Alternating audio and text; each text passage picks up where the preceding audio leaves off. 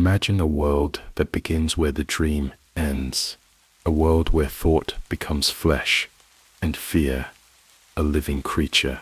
Here, the laws of physics, time, and logic do not apply. Here, emotions rule, instincts rule, and the dark whispers of the soul command all.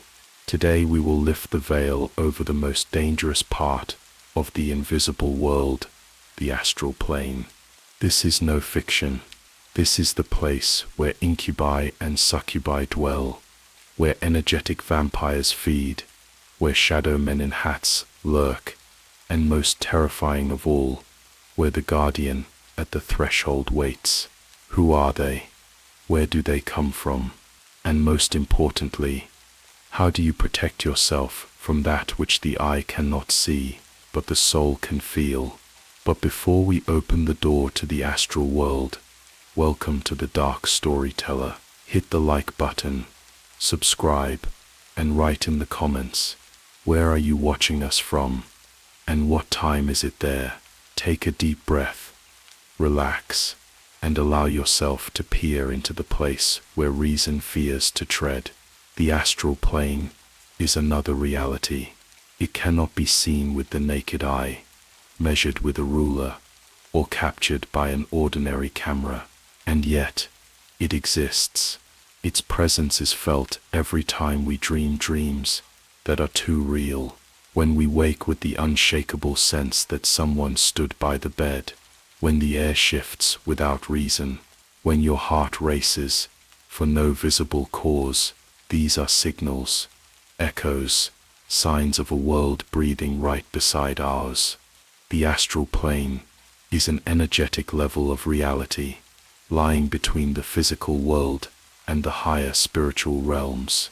Everything that later manifests in our world is first born here.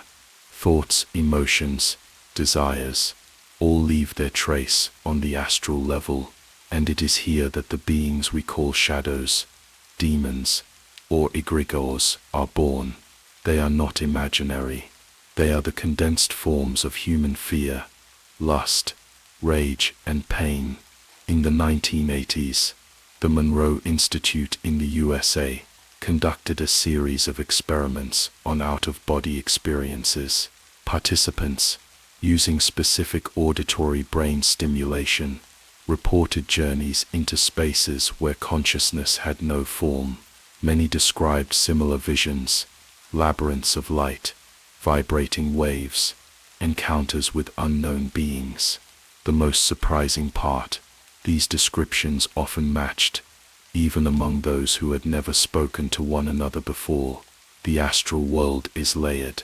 There are realms filled with light, where peace and love reign, what some call the higher astral. But there are lower realms too, where all that is hidden, repressed, and denied festers. These dark spaces are home to parasitic entities.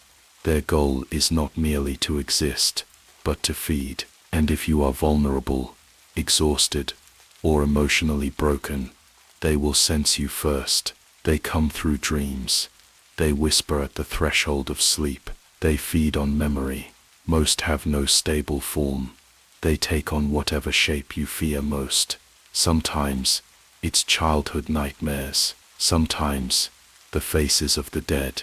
In the worst cases, it's yourself, distorted, cold, empty. Among astral travelers, there's a legend about the guardian at the threshold. This is no mere being, it's a trial. Everyone who tries to consciously enter the astral world will sooner or later meet it. The guardian is the embodiment of your deepest fears. If you cannot withstand its gaze, you will never return the same. Renowned occultist Dion Fortune once wrote, "No one may pass the threshold without sacrifice. That sacrifice is the shadow self. The guardian does not permit the unprepared, and it does not forgive recklessness." Unlike in the physical world, where time flows linearly, the astral is a kaleidoscope of moments. You can stumble into memories that are not yours, glimpse scenes from a future that hasn't happened, or meet yourself, but different, darker, And then comes the real question. Can you handle that meeting?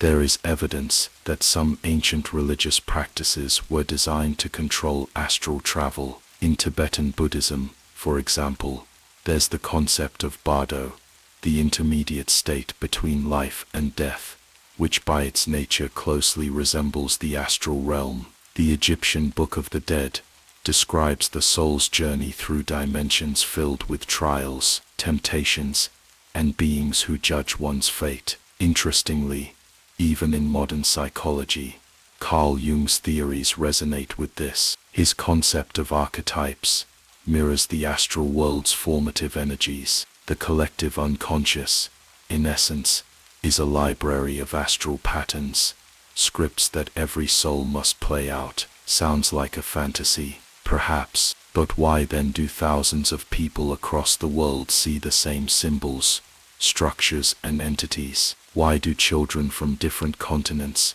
describe dark figures in hats watching them at night? Why do psychonauts, lucid dreamers, and mediums speak of the same watcher, the faceless shadows, the doors to places from which not everyone returns? The astral plane is more than a dimension. It is a mirror. It reflects not only the world but ourselves, our desires, our fears, our traumas, and our hopes. It is a place where the soul stands naked, which is why before entering it, you must first know who you really are. The deeper one moves through the unseen, the more the veil thins, and the stranger the laws become. Beyond the threshold of form and identity lies a dimension where nothing is solid, yet everything is felt. Here, the walls of reality are not built from atoms or stone, but from emotion, memory, intention. This is the field of energies, where thought is not private and feeling is not abstract. Everything you believe begins to shape what surrounds you. Everything you fear becomes the shadow you must face. This is the astral realm in its purest form, not a place, but a state of resonance, a dimension of mirrors with no reflections, where each movement of your inner world is echoed in the outer. The moment consciousness enters this space, it becomes both observer and creator. This is why the untrained mind can so easily become lost here. If you panic, the space contracts. If you desire, the energy coils around your need and either manifests or punishes. It is a living field, humming with frequencies of ancient intentions and forgotten desires. There are no buildings here, no trees or roads, and yet many describe structures, landscapes, entire cities made of light or shadow. These are constructs formed by clusters of consciousness, belief systems, collective myths. There are certain places in our world, thin places as they are sometimes called, where the edge between dimensions frays, places like Sedona's vortexes, where magnetic anomalies dance with electrical currents in ways still not fully explained. The megalithic ruins of Göbekli Tepe, where shamanic symbols etched in stone align with constellations. The dreamtime paths of Aboriginal cultures in Australia, who speak of songlines, invisible roads through the world that the ancestors walk, encoded with story and power. These are all entry points, places where the field of energies leaks into our world, where what we think becomes what we feel, and what we feel begins to shape what is real. In this dimension, geometry rules, but it is not the geometry of rulers and compasses. It is sacred geometry, arcs and spirals that unfold like music. Travelers have often described seeing forms that pulse and shift with their own breath, patterns that respond to intention, living mandalas that spin with the rhythm of their thoughts. The ancient flower of life, once etched into temple walls across Egypt, China, and even in Leonardo da Vinci's notes, may not just be a symbol but a key, a visual code that mimics the architecture of this energetic domain. Frequencies made visible, and if sound can shape sand into perfect symmetry, As the science of cymatics shows, imagine what a concentrated mind can do in a realm made entirely of resonance. But the beauty of this field is a double-edged sword, because if the mind is cracked, if the heart is wounded, those fractures also bloom. Trauma becomes architecture, shame echoes through corridors you cannot escape. In the field of energies, healing is possible, but so is ruin. Every thought, every buried emotion, becomes a seed, and not all seeds bloom into light. Some rot, some call out. Seasoned explorers speak of regions in the field where echoes of emotion become autonomous, living. These fragments of grief, obsession, rage, they drift, then take shape, not because they were summoned by a person, but because the field remembers. These are the thought forms, the egregores. They begin as emotional residue, but given enough attention, enough repetition, they crystallize, and once formed, they act, they feed, they replicate. Some appear benign at first, helpers, companions, illusions of comfort, but many conceal deeper hunger. Once you begin to interact with them, they attach, and once attached, they follow back through dreams, through waking moments of vulnerability, through your own shadow. In 1901, French researcher Alexandre Saint-Yves-Dalvidre spoke of the etheric double, a layer of the human body that interacts directly with the astral field. He wasn't the first. The Vedic texts describe prana, the Chinese call it qi, and modern Russian Kirlian photography attempted to capture it. An aura, a field, a glow that changes with emotion. The human being is not just a vessel within this dimension, it is a tuning fork, and every feeling you emit is an invitation, a signal, a call that echoes through the unseen. Some travelers learn to cloak their resonance, to mask their vibration. This is not unlike the practices of ancient magicians who would close the gates before ritual, drawing sigils, burning purifying herbs, covering mirrors. In the field of energies, intention is protection, but intention must be clean. Many have entered with false confidence, trying to bend the field to their will. The field does not obey commands. It reflects essence. It does not care for pride. It mirrors the truth you carry, not the mask you wear. There are whispers among experienced projectors, those who have ventured beyond the initial veil, that some areas within the field do not respond to individual thought. These places feel ancient, alien, as if they predate human consciousness. Structures of energy that shimmer like cathedrals of sound, or massive black towers that emit no reflection, only silence. Some say these are memories from before humanity. Others believe they are anchor points, stabilizers that hold the fabric of this realm in place. And some claim they are watchers, not entities, but systems, eyes without faces, programs that observe but do not speak. The energy here is intelligent, but not in a human way. It learns, it adapts. If you push against it, it pushes back. If you ask questions, it responds, but not always with answers you understand.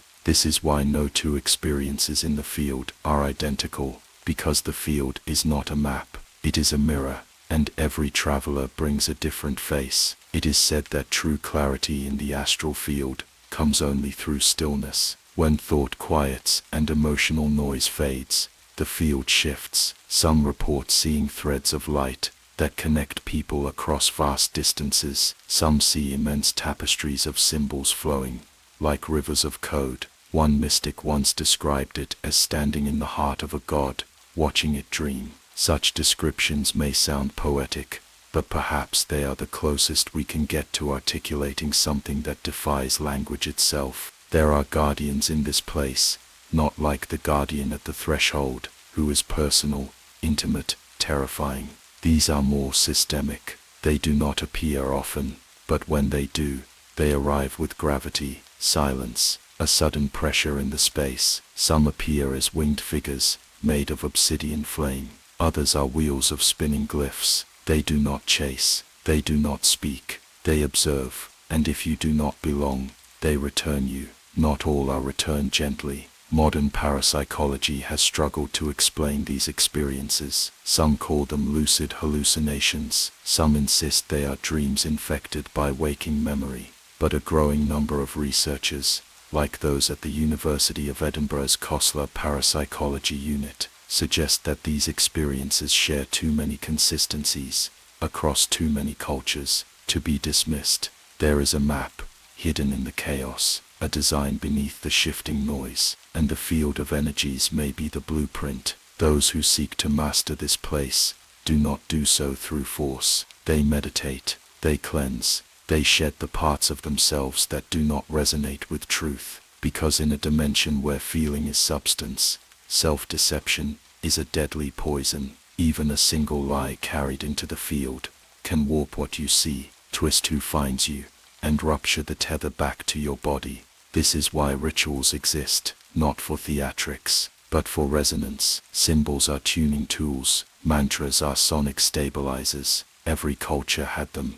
Chants, drums, dances, stones etched with spirals. They knew, maybe not the physics, but the pulse. There is a reason why silence feels heavy in certain places, why abandoned buildings echo with more than just footsteps, why people report sudden dread for no apparent reason when walking alone in forests, near old wells, or in empty churches. These are not just superstitions, these are intersections, places where the field of energies pulses too close, where time and space have thinned, where what we carry inside begins to write what we see outside. And if we do not know what we carry, the field will show us. There are moments during deep meditation when the veil thins so subtly you barely feel the shift. The room fades, the breath slows, and suddenly, light, not physical, not imagined, a warmth that wraps the bones, a pressure in the chest, a sound like water and bells, coming from within. In those moments, you are no longer in your body, and the field knows. Some who go that far never speak of it, not because they fear ridicule, but because there are no words that can survive the translation. What you see in the field stays, etched into the soul, like flame leaves memory on wood. You carry it in your voice, in your eyes. People sense it, even if they do not understand why. And perhaps that is why the field of energies calls to us, because we are not strangers to it. We are born from it. Sleep returns us to it. Death dissolves us back into it. And in rare moments like now, like this, you remember the hum in your bones, the whisper just beyond language, the pull towards something ancient and unspoken. You were never just flesh, you were always a signal, and the field has always been listening. Somewhere deep within the pulsing lattice of the astral field, there is a breath that does not belong to any living thing. It hangs there, heavy, waiting, like something ancient and expectant. And when a human emotion burns hot enough, when pain pierces through thought, or obsession loops without end, the field begins to shift. It listens, it focuses, and then it creates. In the realm where thought and feeling shape the skeleton of reality, not all creations are fleeting. Some take hold, some congeal. These are not spirits.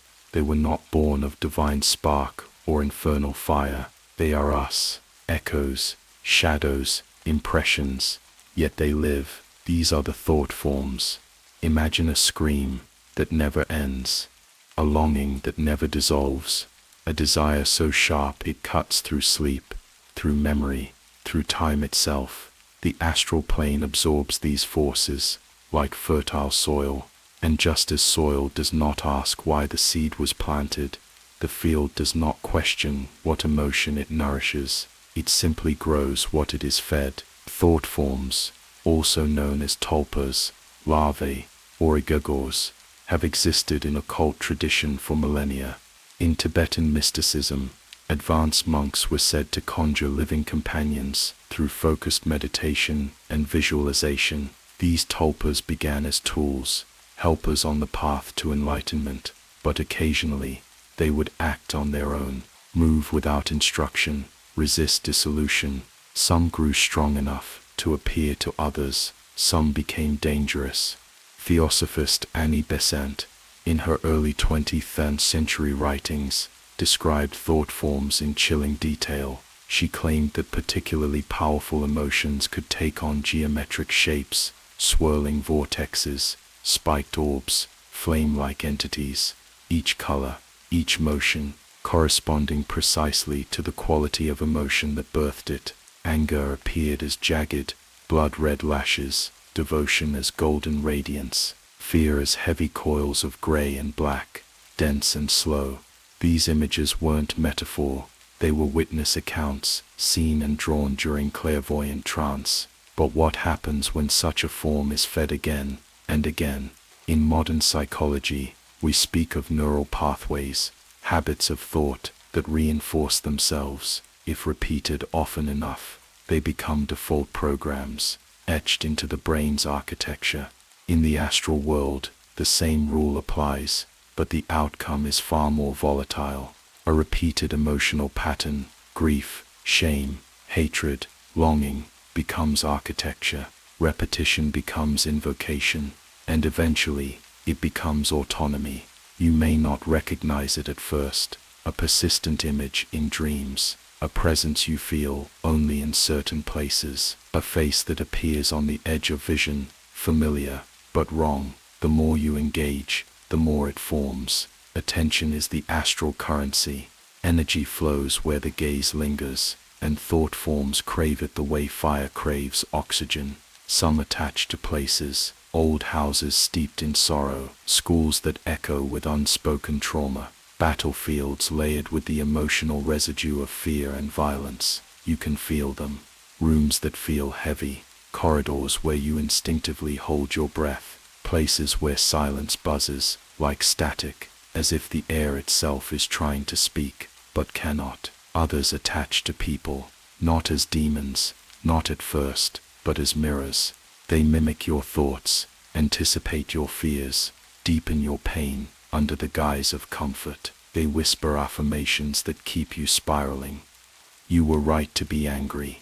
You're not safe. You can't trust them. And because the voice sounds like your own, you believe it, until one day you realize you are no longer alone inside your own mind.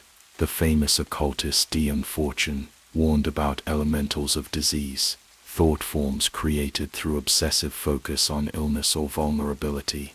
According to her, hospitals and sanatoriums often teemed with these beings, unseen but felt, feeding not on flesh, but on the emotional tension of the dying and the dread of the living. She was not alone in this. Paracelsus, the 16th century alchemist, spoke of imagines, psychic constructs born from the imagination, but capable of independent action, especially when born from intense suffering or fear. Modern accounts are no less unnerving. In 1973, Canadian researchers led by Dr. A.R.G. Owen attempted to create a thought form under controlled conditions. The so-called Philip experiment involved inventing a fictional character, a 17th century nobleman, and attempting to contact him through seance. Over time, the group began to receive responses, knocks, table vibrations, even intelligent answers. Philip, though never real, seemed to take on life. The group had fed the idea with such consistent belief and energy that it manifested, and when they stopped believing, he disappeared. If belief can create, what do our unconscious beliefs feed? In certain esoteric traditions, thought forms are classified by density. The lightest ones are emotional echoes, simple, transient, like the scent of perfume after someone leaves the room. They fade on their own. The more complex ones are composites, hybrids of multiple people's emotions, tied to places or shared traumas. But the most dangerous are the conscious ones. These are the thought forms that no longer depend on the original creator. They can evolve, learn, attach, and spread. Sometimes they present as friends, imaginary companions in childhood who linger too long, a comforting figure in a lucid dream who always appears when you're in pain, the phantom lover that feels more real than any human touch. But their comfort conceals a deeper motive. They feed, and the longer they feed, the less they want to leave. In rare cases, thought forms mutate into something else entirely. When fed by mass attention, they become egregores, collective entities powered by group belief, political movements, cults, ideologies that seem to take on lives of their own. They influence behavior, demand loyalty, punish dissent, not metaphorically, energetically. The group's energy sustains the entity, and in return, it shapes the group's reality. This is not allegory. Even Carl Jung wrote of the autonomous complex, a splinter of personality that acts with independent volition. In a collective setting, such complexes merge and magnify, forming something larger than any one individual. From an astral perspective, egregores are literal storms of consciousness, drifting intelligences made of shared attention, belief, and emotion. And like storms, they do not care who they harm when they pass through. But not all thought forms are malicious. Some are born from protection, a mother's love, distilled into a guardian presence that watches over her child, a prayer repeated daily for decades, forming a luminous being that stands by the bedside, a soldier, facing death, projecting strength and courage until it becomes a shell that others feel and draw upon. These forms exist too, but they require clarity, purity of intent. Without it, even light can twist. The danger lies not in the creation, but in the forgetting, in failing to recognize that what was made from emotion can outgrow the emotion itself. A grief that becomes a gatekeeper, a desire that becomes an addiction, a fear that becomes a prison. When the thought form becomes stronger than the thinker, the boundary dissolves. There are methods to dissolve these beings, rituals of banishment, ceremonies of unbinding, but the most effective is always the same: withdrawal of energy. When you stop feeding the form, through attention, emotion, belief, it withers, slowly, sometimes violently. It will resist, it will return, in dreams, in thoughts, in moments of weakness. But if you hold your boundary, if you reclaim the energy that formed it, it cannot survive. This is why mindfulness matters, why silence is sacred, why ancient traditions warned against indulging fantasy too deeply. Because the mind is a womb, and the field does not forget what it has birthed. There are libraries in the astral plane, vast constructs of thought forms, lingering in the shape of books, scrolls, glowing tablets. Some are living records of wisdom, others, traps, forms created to lure the curious into loops of illusion. Not all knowledge is safe. Some knowledge breathes, some bites. Seasoned travelers speak of cleaning rituals before and after astral work. Smoke, salt, sound sacred names, not for superstition, but because every emotional residue, every stray thought, is a potential invitation. The door swings both ways. What you call can find you, and not all will knock politely. Even today, in the language of the internet, we unknowingly participate in the birth of modern egregores, viral memes, fear-fueled conspiracies, collective projections onto celebrities, political figures, enemies, heroes. What we focus on with intensity and repetition does not merely trend, it begins to take shape, online or off. It doesn't matter to the astral, it listens to feeling, not platform. And in the quiet corners of your home, the thought forms you've unconsciously nurtured sit in silence, waiting, reflecting, listening for your next heartbeat, your next flare of memory, your next spark of grief. You might not see them, but they are there. Not demons, not spirits, not hallucinations, just the echoes of what you felt too deeply to forget. And if you listen closely, if you stay very still, you might feel the breath of one behind you, watching just as you once watched it, when it was still only a thought. There are depths where light no longer follows thought, regions where even the will of the awakened traveler begins to unravel, slowly, like thread pulled from a garment, woven too tightly. These are the dark zones of the astral plane, the lower levels, the forgotten strata where form thickens, vibration slows, and the space between feeling and consequence disappears entirely. Unlike the radiant geometries and resonant fields above, these places do not respond to conscious intention. They feed on what you don't control, If the upper astral is shaped by love, curiosity, healing, and insight, then the lower astral is forged from everything we deny: fear, rage, addiction, regret. These aren't just emotions here, they're the building blocks of entire regions, cities of shadow, wastelands that whisper, labyrinths that coil in on themselves. Each one is inhabited, and none of their inhabitants are passive. They are not born like we are. They are not summoned like spirits. They accumulate, slowly, like mold in the corners of the soul. These beings, parasitic and predatory, thrive in the crevices of trauma, clinging to the astral echoes of unhealed wounds. In occult literature, they are often called astral larvae, psychic leeches, shadow fragments, or soul mites. But names offer little defense. They are not creatures you fight with a blade. They are beings that latch onto resonance.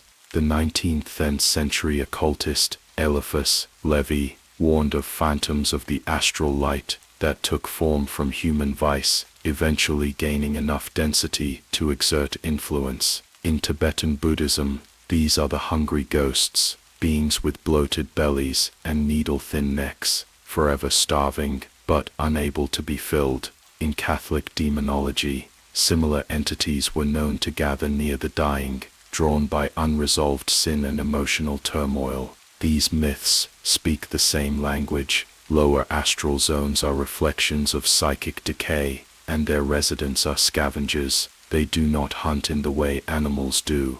They drift like fog, through the fissures of your aura, drawn to weakness, not as cruelty, but as necessity. They cannot sustain themselves without attachment, and so, they whisper, they suggest, they infect. You don't notice them at first. The change is subtle, a thought repeated too often, a sense of dread upon waking, sudden fatigue in places that were once energizing, a shift in your emotional weather. These are not coincidences, they are signs. Experienced astral travelers speak of entering these zones without intention, a fall, a slip during projection. One moment you're floating through familiar corridors of light, and the next, the air is too thick, the gravity too heavy, time dilates, geometry fails, sound does not echo, and in that suffocating silence, you understand, you've crossed into something older, something raw, something that remembers being human, but never was. In 1994, a group of researchers from the Institute for Transpersonal Psychology documented a recurring experience among lucid dreamers who claimed to have visited dark dimensions while asleep. Subjects reported twisted environments, cities of ash, staircases that led nowhere, creatures with eyeless faces and chattering teeth. Some described a being that would always appear at the end of a long hallway, never moving, but always closer than before.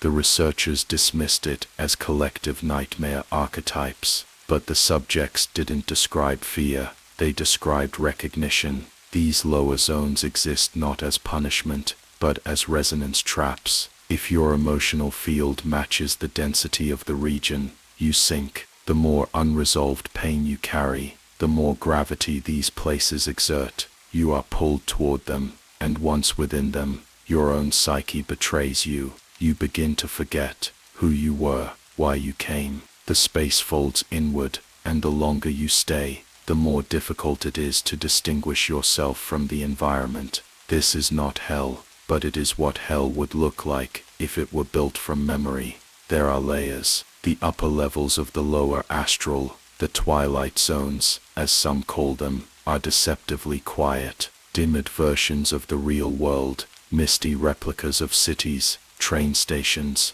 homes. You might walk the same streets you knew in waking life, but the shadows are too long, the windows too dark. You'll see others, but their faces blur if you stare. These zones are traps of routine. They mimic comfort to numb awareness. This is where people linger when they cannot let go. Spirits, yes, but also living minds caught in loops during sleep. Every night, some fall in, and every morning, Some wake up more tired than they should be. Deeper still are the parasitic zones. Here, the space crawls, not metaphorically, literally. The walls breathe.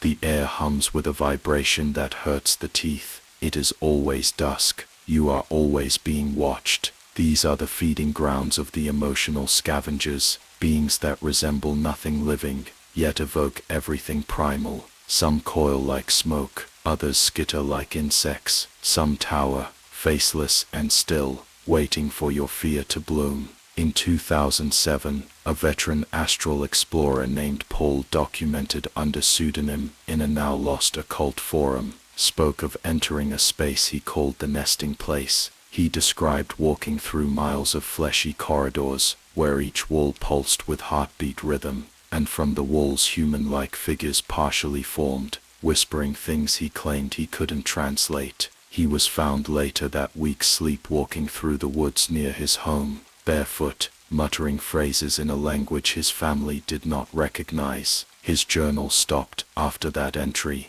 There are also constructs within these zones, temples made of bone, cathedrals of rust, towers that bleed. These are not symbolic, they are real. In the context of the astral, their origin is debated. Some believe they were created by entities long before human consciousness arose. Others think they are crystallizations of mass trauma, wars, genocides, collective betrayals. Whatever they are, they attract the ancient ones, not demons, not gods, things that do not speak, things that watch civilizations rise and fall, and do not blink. No protection you carry from the upper realms works here, unless it is rooted in truth. No sigil, no mantra, no visualization will save you if you do not believe it with your entire being. These entities, these zones, they sense deception like blood in water. They do not attack strength, they wait for collapse, and if you pretend to be whole,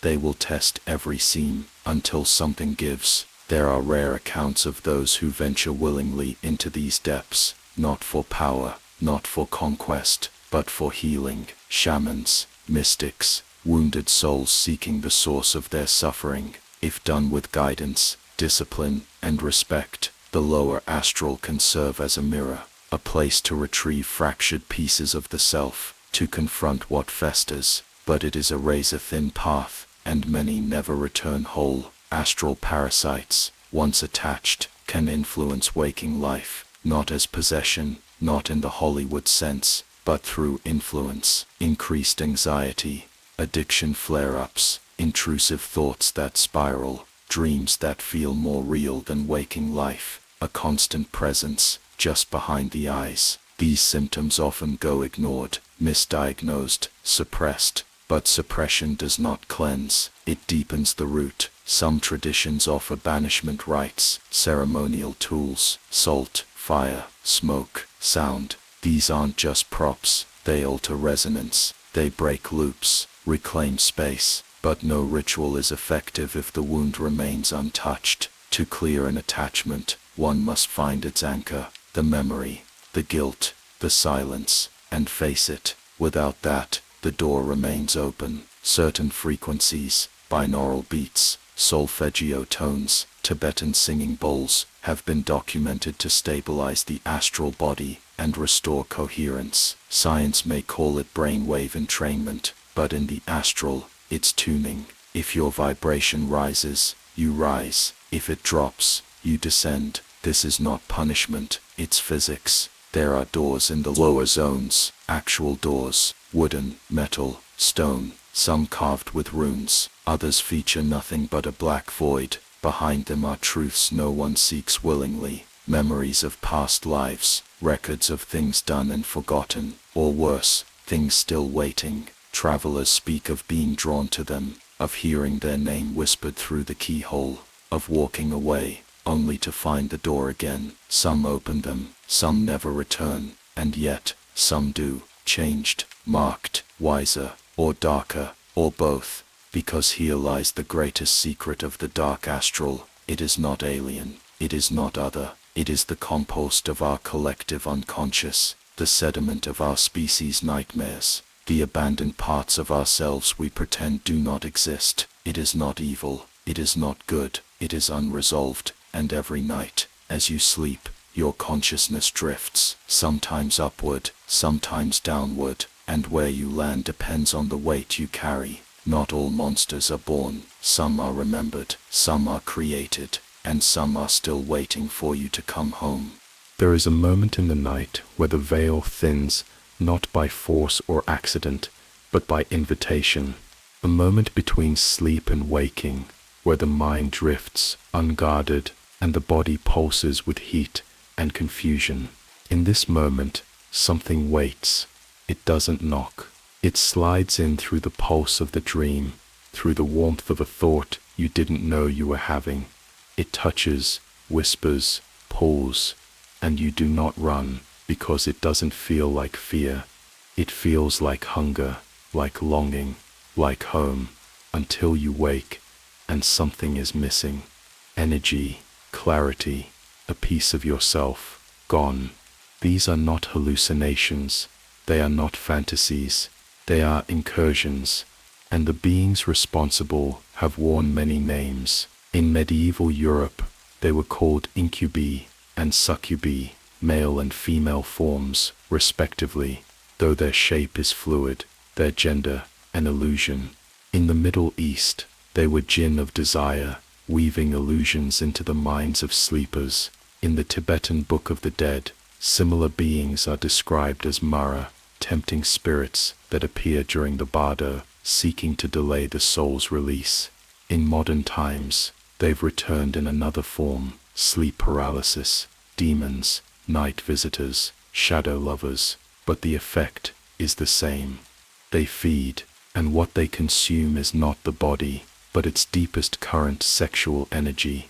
The astral plane, as we've seen, responds to emotion, and few emotions are as powerful, primal, and spiritually charged as sexual desire. It is the root and the crown of the energetic system, the base chakra and the crown chakra, fused in electric dance. Cultures throughout history have known this. Tantra, when misunderstood, is seen as carnal indulgence, but at its core, it's a system of transforming sexual energy into spiritual ascent. Alchemy's divine union and the symbol of the hermaphrodite represent this fusion. Energy, when focused, ascends, but when untamed, when denied, repressed, or abused, it creates a fissure, a call, and in the astral, calls are always answered. Incubi and succubi are not demons in the fire and brimstone sense.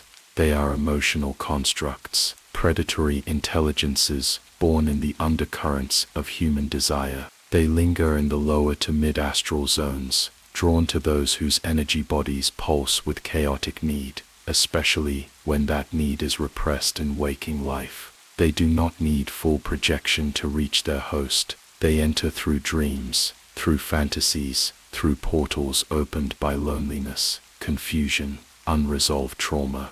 The experience is rarely terrifying at first. Most report sensations of ecstasy, of a dream lover who seems more real than anyone they've known. They kiss, touch, merge. The sensations are vivid, hyper-real, but there's a cost. After repeated encounters, the dream becomes invasive. The body wakes feeling drained, the mind fogged, the heart unsure. Obsession forms, a need to sleep, to return to that presence, to feel that energy again. And the more it feeds, the more control it gains. In 2012, a survey published in the Journal of Sleep Research documented over 1,800 cases of individuals reporting recurring sexual encounters during sleep states. A large percentage described the experiences as pleasurable, but also described increasing fatigue, depression, and anxiety as the experiences continued.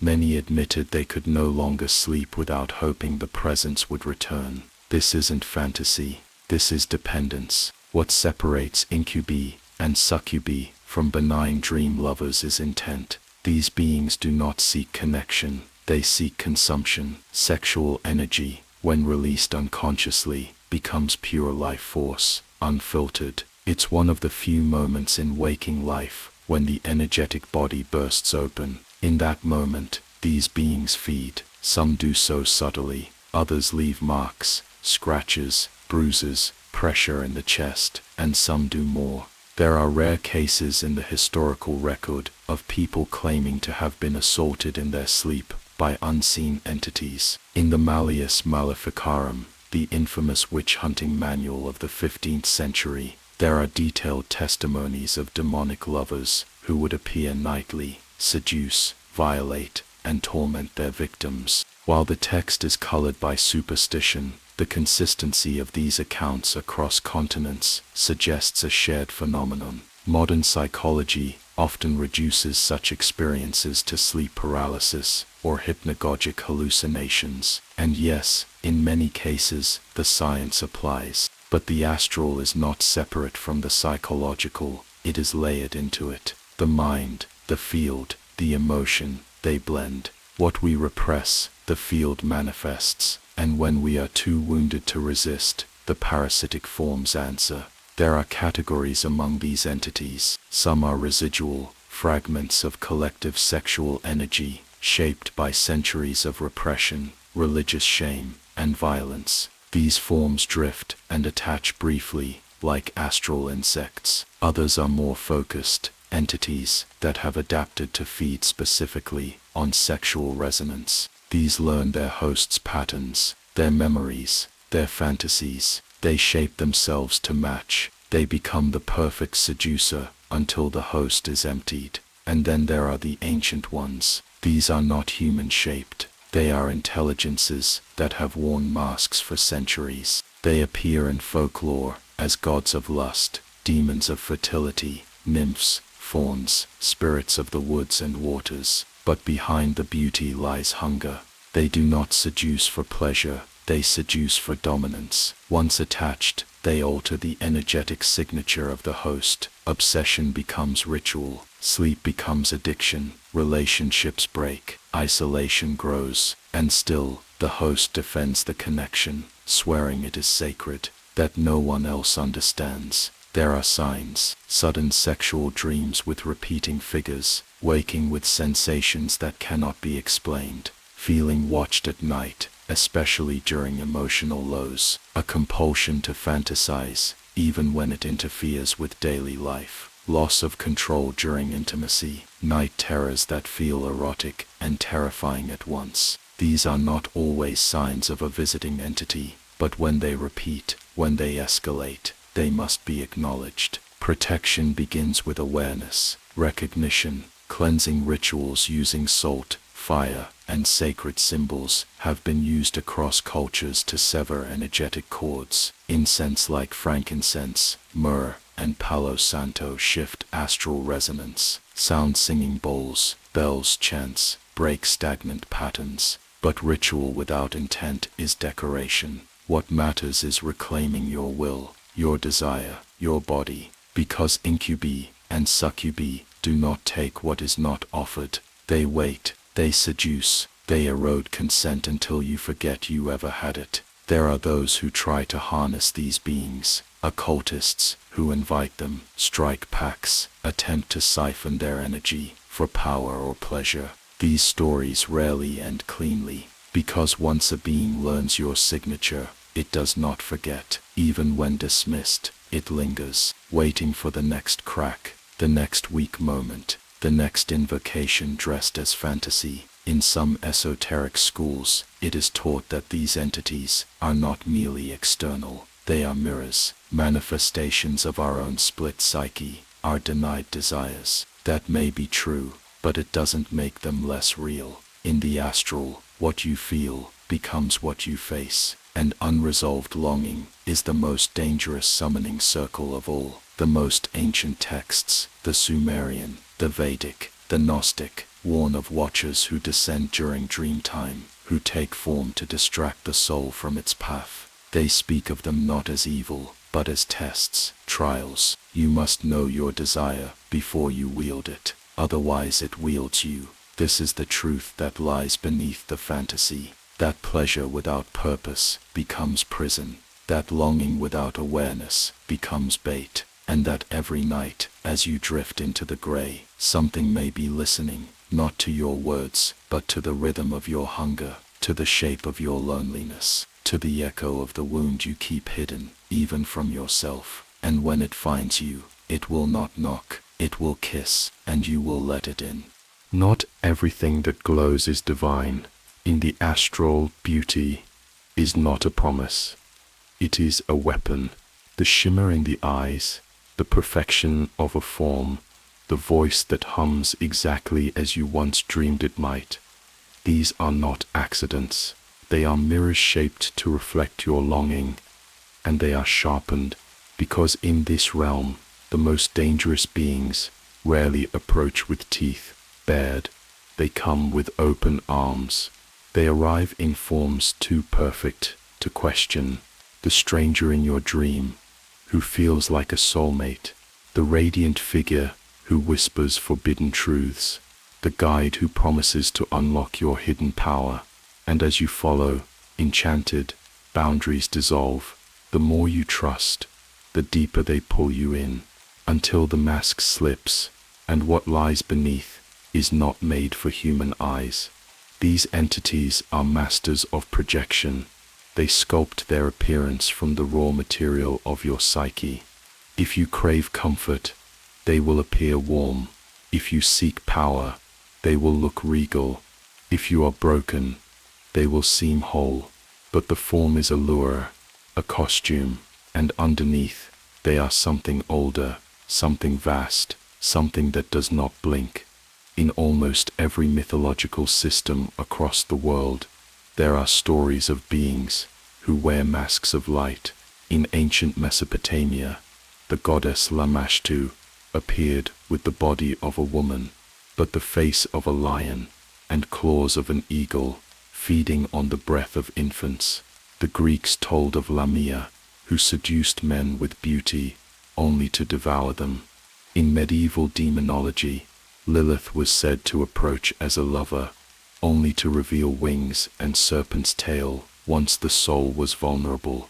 And in countless folklore traditions from the Philippines to Norway, the theme persists: beauty that beckons and horror that follows.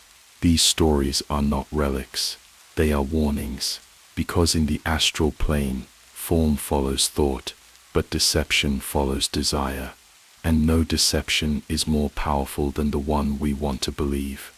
These entities, be they parasitic, autonomous, or ancient intelligences, know that terror repels, but beauty seduces, and when the soul is seduced, it surrenders. Witness accounts from lucid dreamers and astral projectors often begin the same way. It was beautiful, a being of light, an angelic figure, a perfect body, a familiar face, but then something shifts. The eyes are wrong, too wide, too still. The voice stutters, repeating words like a broken recording. The limbs move, but the joints bend in directions that do not make sense. And worst of all, the energy changes. What once felt warm now feels heavy, hungry, wrong. The dream becomes a nightmare. The lover becomes the hunter. These moments, when the illusion shatters, are where many fail to return whole, because the mind, having believed so fully, resists the truth. The heart, having opened so completely, cannot seal itself again, and the soul, once tethered to something false, does not always know how to untie the knot.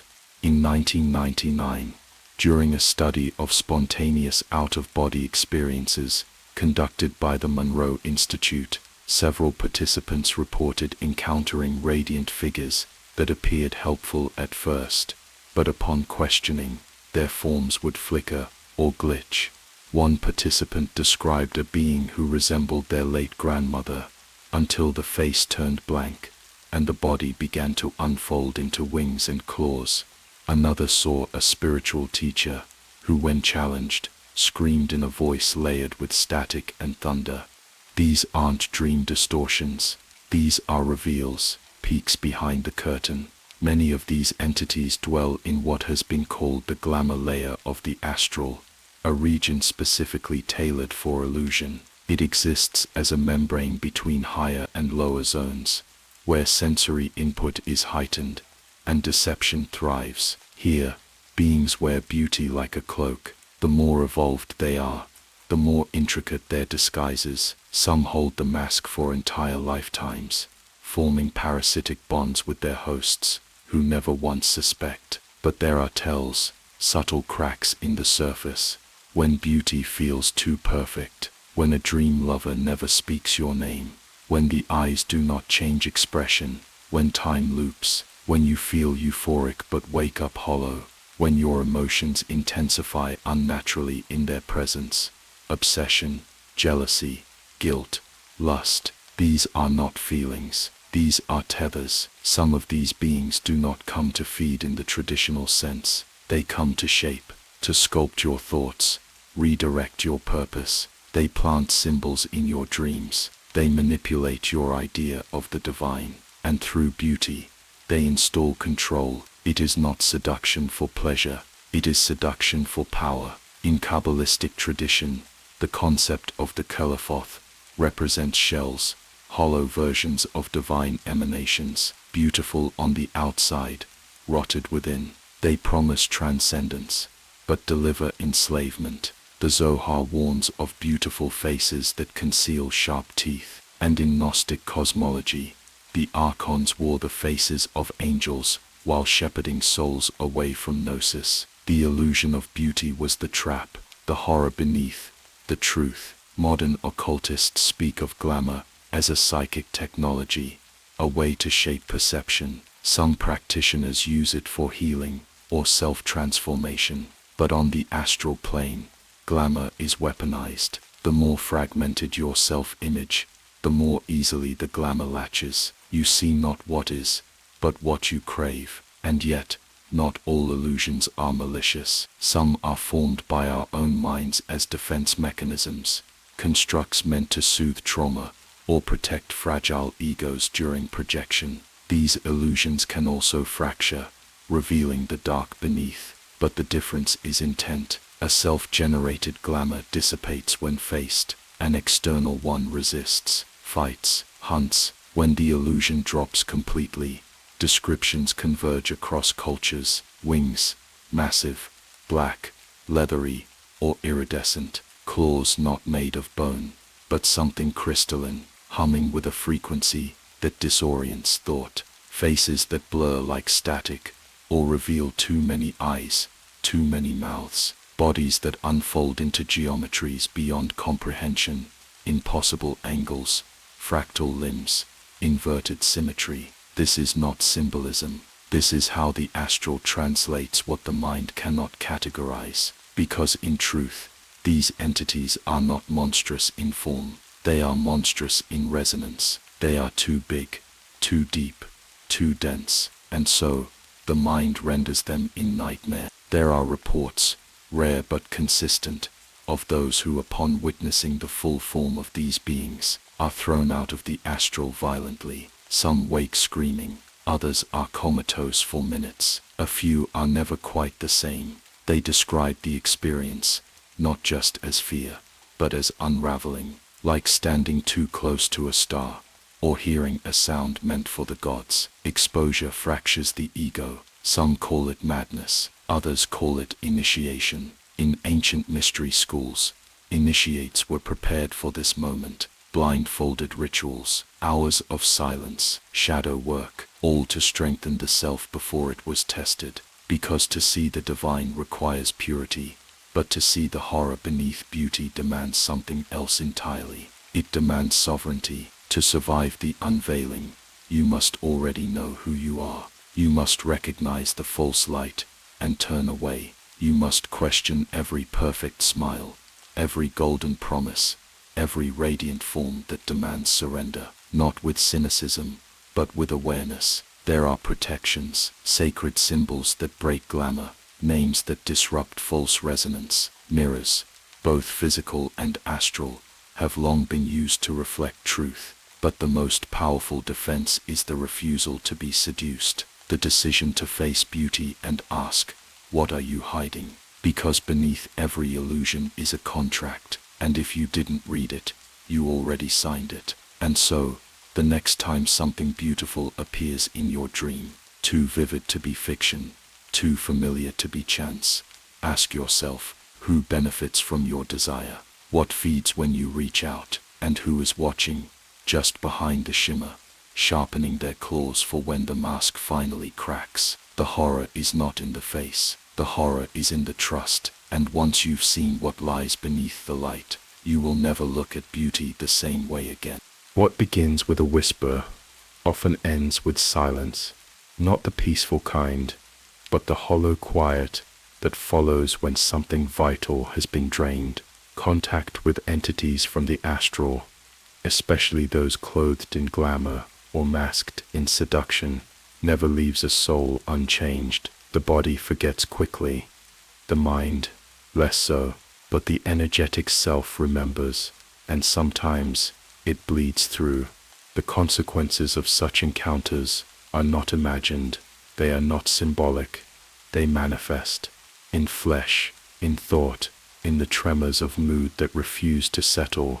This is the price of opening doors we don't fully understand. You may think it was just a dream, a vivid one, yes, and strange, but harmless. Yet the next morning, your limbs feel heavier, your thoughts trail in loops, incomplete. There's a taste in your mouth you can't name, a pressure behind your eyes that doesn't match any physical illness. You pass mirrors and catch something in your own expression you don't recognize.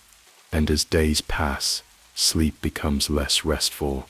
Emotions no longer feel entirely yours. Something lingers. This is not metaphor. This is residue, the most common symptom reported by those who come into contact with astral entities, especially those who feed, is exhaustion, not the kind sleep fixes, but an inner depletion, a sense that your very life force has thinned. In occult circles, this is often referred to as vital drain, a siphoning of pranic, or subtle energy through psychic cords. These cords aren't always voluntary. They can be formed through intense emotion, repeated dreams, or even momentary surrender during a visitation. And once formed, they do not break easily. Sleep disturbances follow, vivid nightmares, recurring dreams, or more insidiously, an inability to dream at all. The mind shuts down to protect itself, but in doing so, blocks the channels through which guidance and healing usually arrive. A dead silence in the dream world is not safety, it is disconnection. Physical symptoms often accompany the psychological: migraines, chronic fatigue, weight fluctuations, pressure in the chest, digestive disruptions. These are not always explained by medicine. The body is the last to speak, but when it does, it screams what the soul has been whispering for weeks. In 2010, a study from the University of Virginia's Division of Perceptual Studies documented patients who reported unexplained physical symptoms following out-of-body experiences and sleep paralysis events. 1/3 of participants experienced lingering fatigue, numbness in limbs, and erratic heart rhythms. These were dismissed as anxiety-related, but deeper patterns emerged when interviews focused on the content of the experiences themselves. Many had seen beings.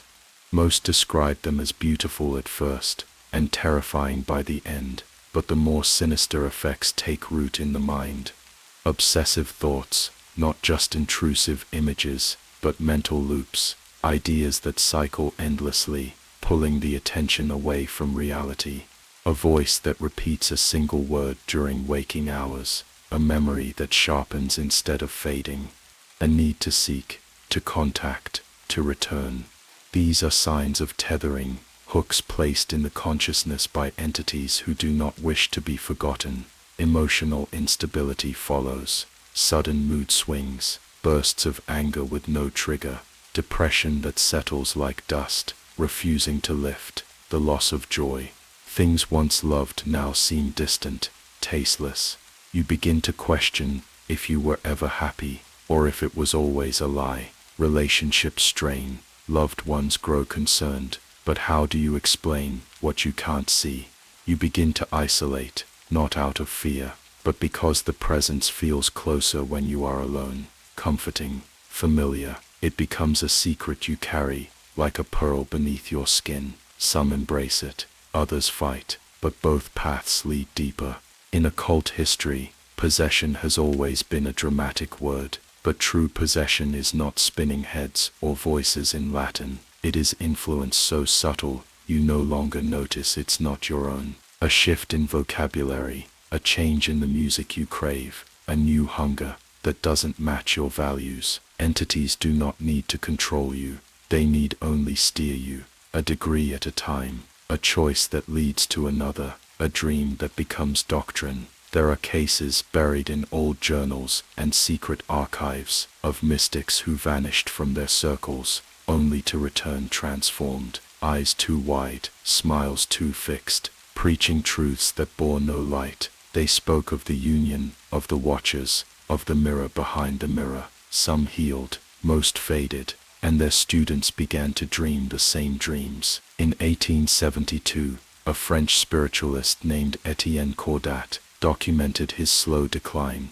after a 3-month ritual intended to contact what he believed was a celestial being of Venusian origin. His writings shifted from poetic mysticism to fragmented, urgent scrawlings, detailing how the being changed form, grew hungrier, demanded attention. By the final entries, he had stopped eating, sleeping, or bathing. He wrote, "It comes inside now, it is in my spine. I cannot close my eyes without seeing her." He was found weeks later, dead by dehydration, surrounded by wax figures with obsidian eyes. The autopsy noted no brain damage, only extreme malnutrition. His heart, however, had a single black mark, burned into the tissue.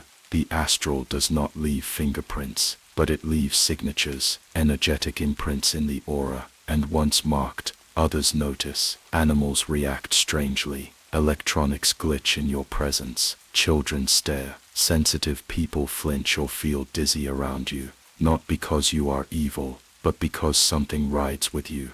The psychological landscape continues to erode. Synchronicities become overbearing. The clock always shows the same times. You hear your name in static. Songs repeat messages meant only for you. At first it feels like magic, then it feels like surveillance, because the being doesn't just observe, it orchestrates, and you can no longer tell which thoughts are yours. This erosion is often mistaken for spiritual awakening. The ego dissolves, and the soul opens, but without grounding, without clarity, the opening becomes a wound, and wounds attract what should never be invited. There are tools for reclamation, shadow work, ritual cleansing, breaking of pacts, verbal or energetic, but they require confrontation. You must name the thing, face it without illusion, deny its glamour, cut the cords with will, not fear. Some seek professional help, but find little relief. Psychiatrists can treat the symptoms, but if the cause is astral,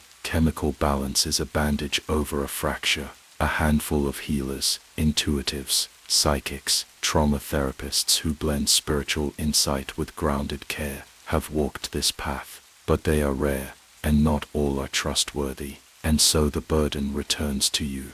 You must become hunter instead of prey. Watch your own thoughts, observe your cravings, test your memories, journal everything. Patterns will emerge, lies will reveal themselves, and in the silence, you will feel it recoil, because once seen, it loses power, but it does not forgive. Breaking the connection comes with withdrawal. The entity will resist, nightmares will intensify, the seduction will become that you will be told you are nothing without it, that it was the source of your insight, your strength, that you are weak alone. This is the test, not of power, but of truth. If you endure, the fog begins to lift, dreams return to your control, your body regains energy, joy returns. Slowly, hesitantly, you begin to feel your thoughts as yours again. The silence becomes sacred instead of oppressive, and what once rode you becomes only a scar. a reminder. Some scars hum at night. That's okay. Scars are how you know you survived. And yet, even as you reclaim yourself, a part of you remembers the touch of the otherworldly, the shimmer of its promise, the thrill of stepping beyond the veil. And you must decide, will you walk that path again, or has the price finally become too high? They do not break in. They do not force the door. They wait until you open it yourself. And the tragedy is, you never realize you've done it. Astral entities, especially those of the parasitic, seductive, or manipulative kind, are not like spirits bound by geography or time. They do not wander aimlessly, hoping for prey. They are precise. They are patient. They know how to read resonance, your emotional frequency, your psychological rhythm, the echo of what you've tried to bury. And when something within you breaks, when a fear deepens into panic, when a desire twists into obsession, when an old pain rots into resentment, they feel it, not from outside, but from within. You don't need to summon them with ritual. Your trauma is invitation enough. It begins subtly, a pattern of intrusive thoughts, a familiar nightmare that returns after years, a face in a crowd that looks like someone you lost, the feeling of being watched during your most vulnerable moments, while crying, while craving, while staring too long into nothing. These are not hallucinations, they are handshakes across dimensions. The truth is this: entities cannot enter unless you resonate with their nature, and what they need is weakness, not physical, but emotional. Fear is the most common gateway, not surface-level fear, but the deep kind, the kind you never talk about. Fear of abandonment, fear of being unloved, fear that you are broken beyond repair. These fears emit specific energetic frequencies, low, dense, magnetic, and when sustained long enough, they form breaches, microfractures in the aura, cracks in the psychic shell. That's how they find you. In 2004, a psychological study conducted by the Rhine Research Center in North Carolina revealed that individuals experiencing repeated sleep disturbances and paranormal visitations had higher than average anxiety, unresolved grief, and dissociative symptoms. Their energy bodies, as mapped by aura imaging technology, showed fragmentation in the lower vibrational layers, exactly the zones associated with the root and sacral chakras in traditional energy medicine. This fragmentation, according to the study, correlated with reports of entity encounters, shadow figures, and paralysis accompanied by presence. Fear opens the gate, but addiction holds it open. Addiction isn't just a compulsion towards substances, it's a repeated behavior designed to escape pain.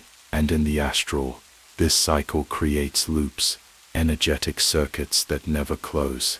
These loops become feeding stations. They pulse like beacons, and when an entity finds such a loop, it doesn't need to possess, it only needs to amplify. The craving deepens, the pleasure dulls, the shame rises, and every return to the addiction strengthens the link. You think it's habit, but something else is drinking from your repetition. It's not just drugs or alcohol, it's overconsumption of food, of sex, of attention. It's emotional addiction, drama, chaos, victimhood, anything that creates spikes in emotion followed by guilt. This wave desire, indulgence, regret, is astral currency, and the entities that feed on it do not judge. They simply absorb. The emotional imbalance is the third and most underestimated pathway. Many believe that if they are spiritual, they are safe, that prayer and meditation protect them. But if those practices are built on denial, on repressing anger, sadness, they become hollow. The mask of light is still a mask, and anything that hides the truth becomes a gateway. The more you suppress, the more pressure builds. The more pressure builds, the easier it is to crack. And when it cracks, mid-meditation, Mid-ritual, mid-prayer, the thing waiting behind the veil steps through. It does not matter that you burned incense. It does not matter that you chanted sacred words. What matters is the wound you refuse to face. In occult tradition, these points of vulnerability are known as psychic fissures. Madame Blavatsky referred to them as interior rents in the soul fabric. Dion Fortune warned that ungrounded spiritual practice could open the lotus before it has stemmed. The Golden Dawn schools demanded years of purification and discipline before astral travel. Why? Because they knew the door isn't just opened from the outside, it's opened when the inside collapses. So how do they actually enter? Sometimes during sleep, the hypnagogic state, where the mind floats between wakefulness and dream, is the most accessible. The logical brain relaxes, the auric field becomes less rigid. If emotional distress is present during this transition, entities slip in. At first they appear in dreams. They test, they tempt, they mimic. Other times they enter during altered states. Drug use, trauma, sexual release, breath work done recklessly. All these can induce trance. If you are grounded, such states can be healing. But if your intention is unclear, or your energy is fractured, they open holes instead of windows. Possibly the most insidious method is through mirrors, not the glass itself, but the act of gazing into your own eyes for too long, especially in low light. It creates a dissociative state. Shadow workers call this scrying the soul, but if done in imbalance, it becomes a mirror to the void, and the void looks back. There are also entry points in places saturated with residual energy: hospitals, battlefields, prisons, old churches. These places hum with unresolved emotion. If you're emotionally porous when you enter, the lingering entities may attach, not because you're cursed, but because you were open, and they were hungry. A more modern avenue is digital, not the internet itself, but the emotional engagement it evokes. Rage scrolling, despair loops, obsession with tragedy, constant exposure to suffering and polarization phrase the aura. Each like, share and comment is an energetic act. The more reactive you become, the more energetically vulnerable you are. The more vulnerable, the more visible you become to things that do not live on your screen. There are signs of entry, sudden intrusive thoughts that feel foreign, a voice that whispers in your own tone, but urges you toward things you'd never choose. Emotional amplification that doesn't match the moment. Waking up with bruises, scratches, pressure on the chest, a taste of metal or blood in the mouth, the flicker of a face in the mirror that isn't quite yours. Animals grow restless around you. Children cry or stare too long. Sleep becomes a battlefield. The body begins to ache in places that medical scans cannot explain. And most of all, there's a shift in your sense of self, a slippage. You begin to doubt your memories. Your desires change. And when you look into your own eyes, you feel watched. These are not hallucinations. These are echoes. Protection begins not with salt or smoke, but with truth. You must face the weaknesses they exploit.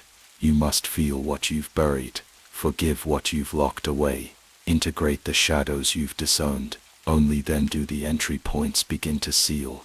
In modern energy work, this is called emotional coherence. When your internal frequency matches your authentic self, you become less visible to predatory resonance. Not invisible, but unappetizing. They may circle, they may knock, but they cannot enter without invitation. And if they've already entered, you must remove them not as an exorcist, but as a surgeon. Cut the cord at its root. Find the emotion that birthed it, purge it, replace the pattern, starve the presence, and reclaim your space, because no entity can stay without food, and you are not their feast. The great mistake is to fear them. Fear is flavor, but awareness is fire, and once you know how they enter, you hold the key to locking the door. Just be ready for what might try to knock louder once it realizes you're finally awake. There are no locks strong enough to keep out the unseen, no circle drawn in chalk can hold forever. No charm, no crystal, no whispered word will matter. If the fortress of the self is hollow, in the world of the astral, protection is not a one-time act. It is a discipline, a practice, a posture of the soul held steady over time, forged in attention and purified in fire. They know when you're drifting. They feel when your spirit begins to unravel, when your practice becomes performance, when your light flickers in cycles of avoidance. Because the entities we speak of, the ones who watch in silence, who test the veil, who slip in through weakness, they are patient and they are old. They have seen 1,000 forms of false protection crumble like ash. True protection is not defense, it is alignment. It begins with awareness, daily, unwavering, discipline of the mind, not to suppress thoughts, but to observe them, to know them. Meditation is not stillness, it is scanning, it is watching the waters of the psyche, and learning when a current shifts, and through this watching, something begins to sharpen, a frequency, a hum. It becomes your signature, unique and fortified. And when your signature is stable, they cannot mimic you, they cannot mask themselves in your shadow, they cannot enter without shifting their own resonance, and most won't. The oldest esoteric systems speak of this. In Hermeticism, the purification of the body, mind, and spirit through ritual repetition is what sharpens the will. In the Vedic scriptures, sadhana, daily spiritual practice, is said to burn away karmic debris and create a field of divine memory. Even in the Stoic tradition, which is often mischaracterized as dry philosophy, daily reflection was the cornerstone of inner invincibility. The idea is universal. Discipline is not control, it is containment. And within containment, power brews. Your aura, your subtle energetic field, is not static. It is a living structure, shaped by thought, breath, and intention. When maintained, it forms a barrier, not solid, but vibratory. Entities of lower resonance cannot easily pass through this field, unless there is a matching frequency inside. That frequency can be anxiety, repressed rage, secret shame, or something far subtler, self-betrayal. Every lie you tell yourself weakens the field. Every emotion you suppress becomes a crack. Discipline isn't rigidity, it's honesty, and honesty heals. One of the most effective disciplines known for protecting the aura is rhythmic breath work. Controlled breathing, specifically diaphragmatic and coherent breath, activates the parasympathetic nervous system, which regulates emotional reactivity and stabilizes energetic output. The HeartMath Institute has studied this extensively, showing that coherent breathing patterns generate heart-focused electromagnetic waves, measurable several feet from the body. These waves synchronize the brain and heart and disrupt chaotic, invasive frequencies. Sound is also a powerful tool, but it is the intention and consistency behind it that matter. Tuning forks, singing bowls, mantras, these are not decorations, they are technologies.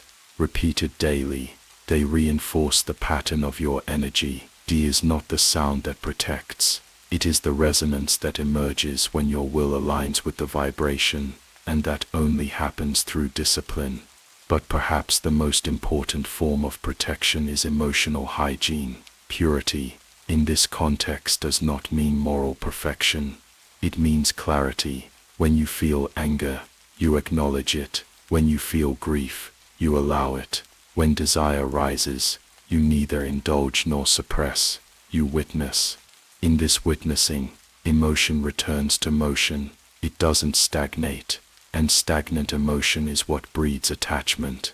Entities are drawn not to feeling, but to unresolved feeling. They follow the echo of trauma that loops endlessly. Discipline trains you to break that loop, to feel fully, and then release, to observe, and then refrain.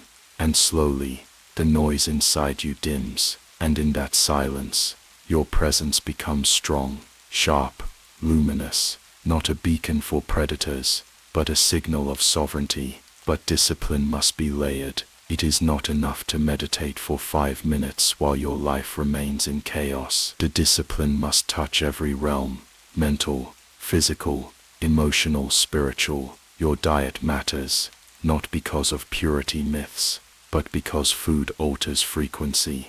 Your sleep matters, not for productivity, but because dreams are the gates. Your speech matters, not for morality, but because words shape the pattern of thought, and thought forms the shell of the self. Even your posture, how you carry your spine, your breath, your gaze, says something to the astral. It signals whether you are prey or presence, and when the practices become habit, they cease to feel like armor, they become skin. You move through the world differently. You notice when something flickers in the corner of the room, when a thought doesn't feel like yours, when a dream tries to take too much. You don't need to banish anymore. You repel through frequency. There are countless rituals for protection, and many of them work. Salt circles, smudging, sigils, sacred geometry, but they are only amplifiers. They amplify what is already inside you. If you are fractured, the ritual only magnifies the crack. If you are coherent, the ritual becomes a shield. This is why so many fear discipline, because it demands presence, and presence is where the lies end. It's where the illusions drop, where you must see the parts of you that welcomed the darkness, the part that asked to be touched by it, and in seeing, you take responsibility, and in responsibility, you become untouchable.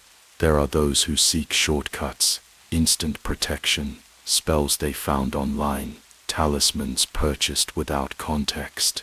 These are not shields, they are toys, and the entities that roam the astral know the difference.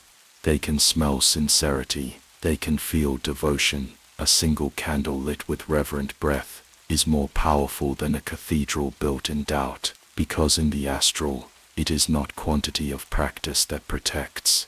It is the quality of intention, and intention is refined through discipline. Even in the psychological world, the effects of daily contemplative practice are irrefutable. Studies from Harvard Medical School and UCLA have shown that consistent meditation increases gray matter in the prefrontal cortex, the area responsible for decision-making, attention and self-awareness. Brain scans of Tibetan monks reveal dramatically reduced activity in the amygdala, the brain's fear center. Compared to ordinary individuals, the mystical and the measurable converge. Spiritual discipline changes the body, the mind, and the field, and it must be constant, not rigid, but committed. There will be days when you don't want to practice.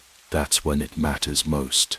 There will be nights when the darkness feels too close, too thick, too seductive. That's when you sit, that's when you breathe, that's when you whisper the mantra that has anchored your soul for 100 lifetimes, whether you remember it or not, because protection is not about safety, it's about remembering who you are when the veil closes in. You are not here to hide, you are here to become luminous, enough that even the dark takes notice and keeps its distance. And when you finally understand that discipline is not a cage, but a crown, then and only then will you walk through any realm untouched. There is a point no traveler escapes, a moment when the outer world, with all its seductive illusions, steps aside, and in its place stands something still, silent, watching.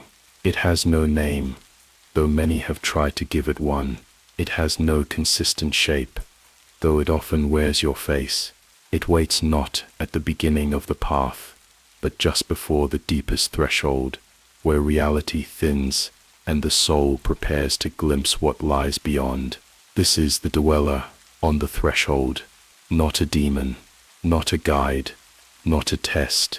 In the traditional sense, it is the shadow of the self, the culmination of everything you have not yet faced, have not yet healed, have not yet forgiven, and until it is met, truly and completely, you will never pass into the realms of light, unscarred. You do not summon it, you summon the forces that build it, through suppression, denial, avoidance, every fear ignored, every truth distorted, every wound left festering, weaves another layer of flesh into its form, and it grows in silence, hidden behind spiritual performance, nurtured by the illusion of readiness, until the soul calls out for transcendence, and the dweller answers first. Many have spoken of this being, across centuries and systems. Theosophist Edward Bulwer Lytton was the first to name it, the dweller on the threshold, in his 1842 esoteric novel, Zenoni. Though the idea far predates him, in Hermeticism, it is the demon inferior, the guardian of the inner gate. Jung called it the shadow, the repressed unconscious, that rises with terrifying force when neglected. In ancient Egypt, it was Ammit, devourer of the unjust soul, whose gaze no lie could survive. In Christian mysticism, it is the accuser. In shamanic vision, it appears as the death mask of the initiate's ego. The form it takes depends on the one who sees it. For some, it appears as a twisted reflection, themselves, but older, bloodied, distorted. For others, it is a childhood fear, given flesh, a monster beneath the bed, that now stands tall and knowing. Some see loved ones they betrayed, others see no face at all, only a presence so massive and cold that it eclipses everything. Its one true power is recognition. It shows you not what you want to see, but what you have spent a lifetime hiding. The dweller does not strike, it waits, and the longer you avert your gaze, the more control it gains, because it is not separate. It is you, the you that never wept when it needed to, the you that compromised again and again, the you that made peace with your own diminishment. It remembers everything you tried to forget, and when it speaks in your voice. Encounters with the dweller are not rare among advanced astral travelers, but they are rarely understood. The signs are unmistakable. The sudden halt in projection, the frozen dream, the sense of standing on the edge of something massive and forbidden, and then a figure, a shape, and the overwhelming sensation that to move forward is to die, not the body, but the false self.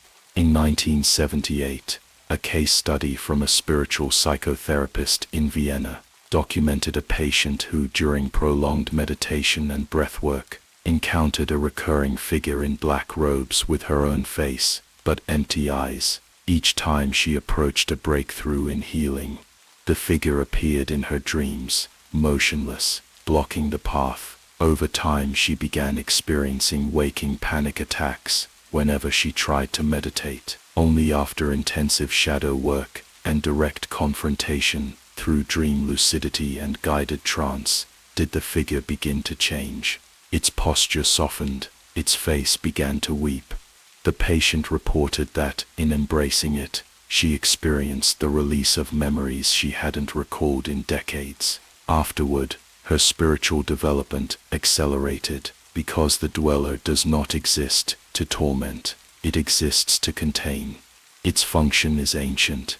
It guards the gate, the final gate, the one that leads not to bliss, but to integration. To see beyond illusion, one must first dissolve the illusions inside, and nothing is more illusionary than the idea that you can escape your own darkness by fleeing into light.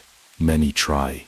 They adopt new identities, seek ecstatic experiences, collect teachings, but the dweller is patient. It waits behind each new belief system, each mantra, each affirmation spoken too quickly. It appears in relationships demanding reflection, in health crises, demanding attention, in silence, demanding presence. You can delay the meeting, but you cannot avoid it forever. There is a reason initiatory systems of old demanded long periods of preparation before deep ritual. The Adeptus Minor, in the Golden Dawn system, underwent rigorous training in purification, self-discipline, and psychological deconstruction. Tibetan monks trained for years before entering states where the dweller might appear. The purpose was never to defeat it, but to recognize it when it came. Because without recognition, fear wins, and fear is its cloak. The confrontation is not heroic, it is not cinematic. It often begins with shaking, with tears, with rage. The traveler meets a version of themselves they had buried, and in that mirror, denial dies, and in the death of denial, something opens. A voice returns. The authentic voice, one that no entity can mimic, because it is whole. And yet, even as the dweller softens, it remains, not as an enemy, but as a sentry. You will meet it again, every time you attempt to ascend without grounding. Every time you bypass grief with ritual, it will appear, not to punish, but to remind that the journey inward is the same as the journey upward. There are techniques to begin the meeting, safe, grounded, human techniques, journaling shadow dialogue, in which you write from the voice of the part of you that you fear, lucid dreaming practices, where you stabilize a dream and call forth the aspect that disturbs you most, meditation that focuses not on breath, but on the wound, the feeling you avoid, and in that feeling, you sit. You do not run, you ask questions, you listen, and slowly, something shifts. You may feel heat, you may feel sick. This is the shedding. The ego does not die quietly, but it is not death you seek, it is transformation, and the dweller is the guardian of that fire. Some say the dweller never truly leaves, that even after you pass through the gate, it walks beside you, quieter, gentler, but still watching, still testing, to ensure that what you brought back from beyond the veil is not just light, but truth. And so the next time you stand on the edge of something vast, and something within you resists, do not look away. Do not reach for the sigil, or the chant, or the voice of another. Stand, look, listen. And if it is your own eyes staring back, wounded, silent, waiting, know that the threshold has come, and what comes next is not transcendence, it is remembering. They never come in the shape of monsters. Not at first. Not at first. When they step into your space, those ancient things that dwell in the folds of the astral, they wear a form you already know. Not because they choose it at random, but because they study you. And when they arrive, they come tailored, crafted, designed to reach inside the core of your psyche and find the one thing you were never ready to face. They adopt a personal form, and it is almost always someone you have loved, or hated, or feared, someone who left, or someone who hurt you, or someone whose presence once fractured you in ways you still haven't stitched shut. You don't recognize them at first, not truly, because the smile is slightly wrong, or the eyes don't blink at the right rhythm, but the feeling is there, that familiar heat in the chest, that old ache behind the ribs, the memory that still clings to your skin when you dream of places you swore you forgot, and they use it. They use it because it's the most efficient way in. No mask is more convincing than your own past. No voice is more persuasive than the one you've already internalized. In the lore of many mystical traditions, these shape-shifting astral intelligences are not mere mimics. They are mirrors, hyper-intelligent reflections that adapt based on your energetic signature. In Gnostic mysticism, the archons, cosmic deceivers, were said to wear forms most familiar to the soul in order to distract it from ascending. In Tibetan Bardo Thudo texts, spirits may take the form of one's family or enemies during the death transition, testing the soul's attachment. Then in modern shamanism, there are consistent reports of entities appearing as deceased loved ones, only to fracture mid-ritual, revealing something far more primal underneath. These beings do not need to guess. They read. They feel the temperature of your trauma. They scan the fault lines between memory and denial. They know who you miss, who you regret, who you resent, then they become them. Not as a trick, but as a key. Because the moment you see that face, all your defenses fall. The adult inside you dims. The seeker, the sorcerer, the stoic, all of it slips. And what remains is the child, the grieving partner, the abandoned twin, the ashamed version of yourself that never got to scream. And you believe. Because how could you not? This is how they enter without resistance. This is how they walk into your heart barefoot, without even opening a door. And once they're in, they don't always strike. Sometimes they stay. They linger in dreams. Gently, sweetly. You wake up crying. Not in fear, but in longing. You begin to feel them during the day. Their voice in your internal monologue. Their presence in your room. When no one's there, they comfort you, guide you, love you. You think it's healing. You think this is what recovery feels like. But it isn't healing. It's tethering. Because over time, you begin to rely on them. You wait for their dream. You begin sleeping more just to find them again. You hesitate to move forward with your life. Because their presence feels more real than your reality. Then slowly, you give them space until they have all of it. This is not possession. It is replacement. In 2009, parapsychologist Dr. Eleanor Duval published a study compiling reports of empathic projection entities, beings that adapted their behavior and form based on the mental state of the subject. One case detailed a woman who, after months of meditative attempts to contact her deceased sister, began receiving lucid dreams where her sister guided her. Over time, the sister's language became controlling, condescending, eventually hostile. The woman began to lose brief blackouts. When interviewed, she claimed her sister was taking over to protect her, but the EEG scans showed unusual brainwave activity consistent with trance states, even during waking hours. Entities that adopt personal forms aim not to scare you, but to own you. They integrate slowly, and when they are challenged, when their form is questioned, they change. Sometimes instantly.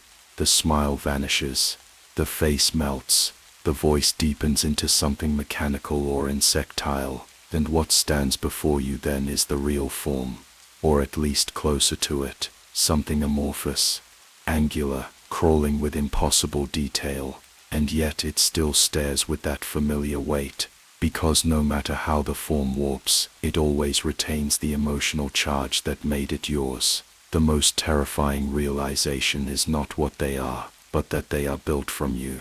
You shaped them.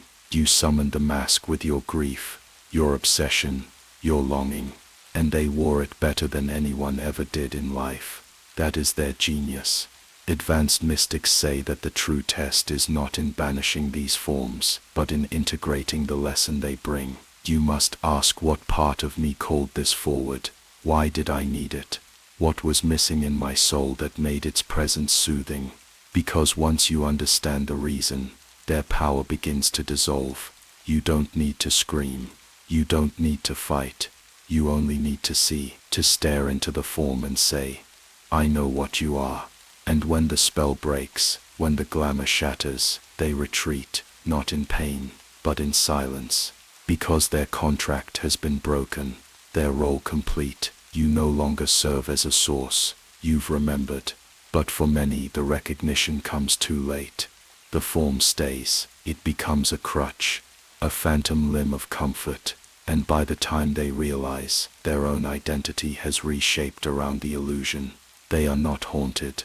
They are possessed by a memory that never belonged to them. These entities do not destroy the body. They corrupt the self-concept. They dismantle sovereignty piece by piece, until the traveler becomes a shrine to a face that never lived. There are protections, but they require brutal honesty, ritual grounding, daily self-inquiry, emotional boundaries. You must refuse the comfort of familiar lies. You must question the dream. Ask the face, who were you before I gave you meaning? And when it falters, do not run. Do not close your eyes. Because the moment you see the fracture, you reclaim your will. And when you reclaim your will, they lose interest. They are not evil. They are archetypal. They are survival mechanisms that mutated into predators. They teach through distortion. And those who pass through their illusion often emerge transformed, hardened, wiser, whole, but never the same. Because once you see your greatest fear wearing the smile of your first love, once you see your childhood abuser offering forgiveness in your own voice, once you realize that every part of you that was fragmented has a face, and that face has learned to speak, you begin to understand what it means to carry yourself back from the abyss, and you walk forward, finally alone, but not empty, because you now know what it means to love something, and let it go, even when it looked exactly like salvation. When the entity finally drops its mask, when there is no more need for seduction or illusion, what follows is not an attack of claws or flame. It is silence, a stillness so deep, so calculated, it feels engineered. That silence is not absence.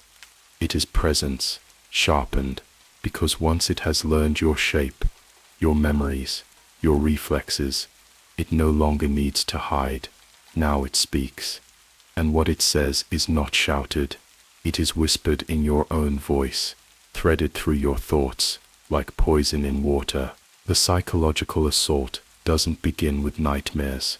It begins with erosion, a small, almost imperceptible shift in your perception of reality, a sudden uncertainty about a memory, a moment where your reflection lingers half a second longer than it should, a hesitation in speech, as if someone else is finishing your sentence just behind your mind. You begin to question not just what you see, but who is doing the seeing. That is how it starts. This kind of attack is not violent. It is surgical, designed not to frighten, but to destabilize. Fear fades with time, terror breaks, and is rebuilt. But doubt, true doubt, rots from within. The entity does not wish to frighten you. It wants you to forget who you are. In 1987, a clinical parapsychology report from the Rhine Institute documented a series of cases labeled obsessive inner presence. Subjects described a gradual disconnection from their own emotional responses, growing convinced that their thoughts were not entirely their own. One patient referred to it as wearing my mind, like a costume. Another said, I'm still me, but there's someone else under my skin, guiding the tone of my sadness. These cases were never linked to psychosis. Most subjects scored high on cognitive clarity and had no prior mental illness. Their only commonality, all had practiced deep meditation or engaged in intense ritual work prior to the onset. This is not coincidence. When you open yourself to the unseen, without fortification, without integration, you risk inviting not just presence, but persuasion. The entity does not need to control your body. It only needs to ask the right question at the right time. What if you're not who you think you are? What if all your memories are implants? What if no one truly loves you? They're just pretending. What if that voice in your head isn't yours anymore? At first, you dismiss it. Intrusive thoughts, anxiety, the mind playing tricks. But the thoughts continue. They evolve. You begin hearing flaws in your favorite songs, seeing patterns where there were none. Smiles from loved ones feel performative. Your own reflection becomes a suspect. You stop trusting yourself. This is the goal, not harm. Disintegration, not possession. Surrender. The entity plants seeds of cognitive distortion.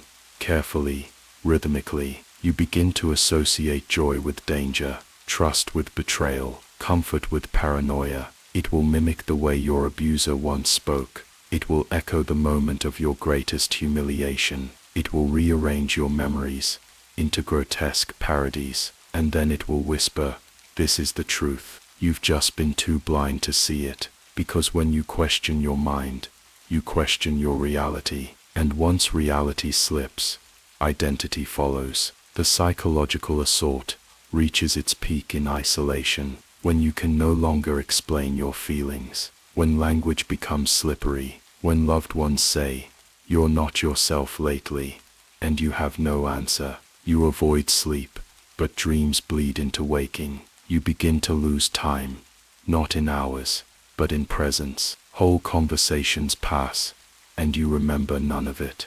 You stop recognizing the tone of your own laughter.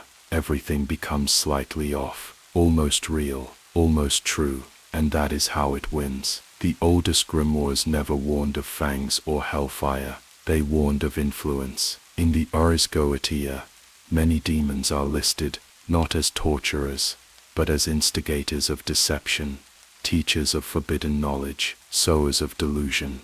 Their danger lies not in their strength, but in their ability to break the will through subversion of truth. Modern neuroscience offers a parallel, the phenomenon of depersonalization and derealization, where the self feels detached, unreal, artificial, has often been linked to trauma, sleep deprivation, and prolonged stress. But in spiritual circles, these states are sometimes described as psychic intrusions, the result of sustained energetic interference. When the assault deepens, the entity no longer needs to mimic. It becomes an echo chamber. Your thoughts no longer feel like whispers.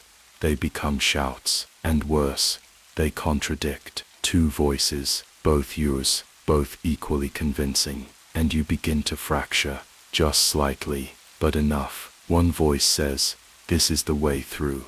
The other says, "Turn back now," and you no longer know which one is yours. Some describe this as spiritual psychosis, others as ego death. But it is not ego that dies, it is certainty, and in that vacuum, the entity attempts to install a new belief that nothing is real, and therefore nothing matters. Not your purpose, not your path, not your healing. It offers you oblivion, not through death, but disconnection. The body continues, the mouth smiles, but the soul flickers. If it succeeds, you will not even know you've lost. You will become a mask walking through dreams, feeding the thing that sits beneath your skin. But not all is hopeless. There is a way through. It does not lie in fighting the voice. It lies in remembering something deeper, older than fear, louder than lies, something you knew before you were broken. You, the one who existed before the first wound, before the first mask, before the first name. You cannot argue with the entity. Logic is its playground. You cannot banish it with anger. Rage feeds it. You cannot flee. It lives in your shadow. But you can outlast it. You can sit in the silence. You can return, again and again, to the breath that cannot be stolen, to the core that does not speak in words, but in pulse, in stillness, in presence. You can remind yourself that you are not what you feel when the storm howls loudest. Because the assault only works if you believe it, and the moment you name the lie, it fractures, it recoils, and sometimes for just a breath, you will see it, its true face, not monstrous, not glorious, just hollow, a reflection without light, a parasite without a host. And in that moment, you do not scream, you smile, because it tried to erase you, and failed, and now, it knows that you remember. There comes a point where running no longer makes sense. The rituals don't work. The mantras dissolve on your tongue. Even the prayers fall silent. Not because they are unheard, but because you no longer remember what you're asking for. You've been turned inside out, your fears exposed, your mind tested, your spirit drained, and still the dweller remains, watching, waiting, but not advancing, not striking, because it doesn't need to. It knows the truth, that there is only one way forward now. You must stop, not surrender, not retreat, but stop, turn, face it, not as enemy, but as mirror, because what stands before you at the edge of the final veil is not a demon, not an invader, not a thing sent to punish or torment, or block your path. It is you, the part you locked away when you were small and afraid, the voice you silenced when it trembled with rage, the eyes you turned from when guilt was too heavy to bear. It is the culmination of every not enough you whispered into your own bones, the echo of the first time you betrayed your truth to fit someone else's narrative. It was never hiding, you just never looked long enough. And now here, at the end of the descent, it asks for one thing only, not to be destroyed, not to be cleansed, but to be seen, truly, without condition. This is the hardest act of all, because for most of your life, you believed healing meant light, that transcendence meant leaving the darkness behind, that to become whole, you had to remove the rot. And now you are asked to do the opposite, to walk into the rot, to hold the wound, to love the part of you you were taught to fear.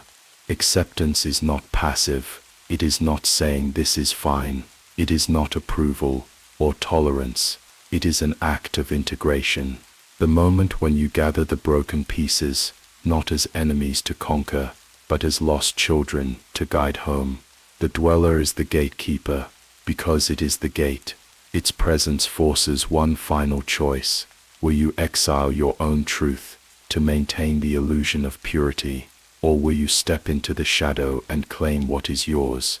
Carl Jung called this the confrontation with the shadow self, the crucible in which transformation becomes possible.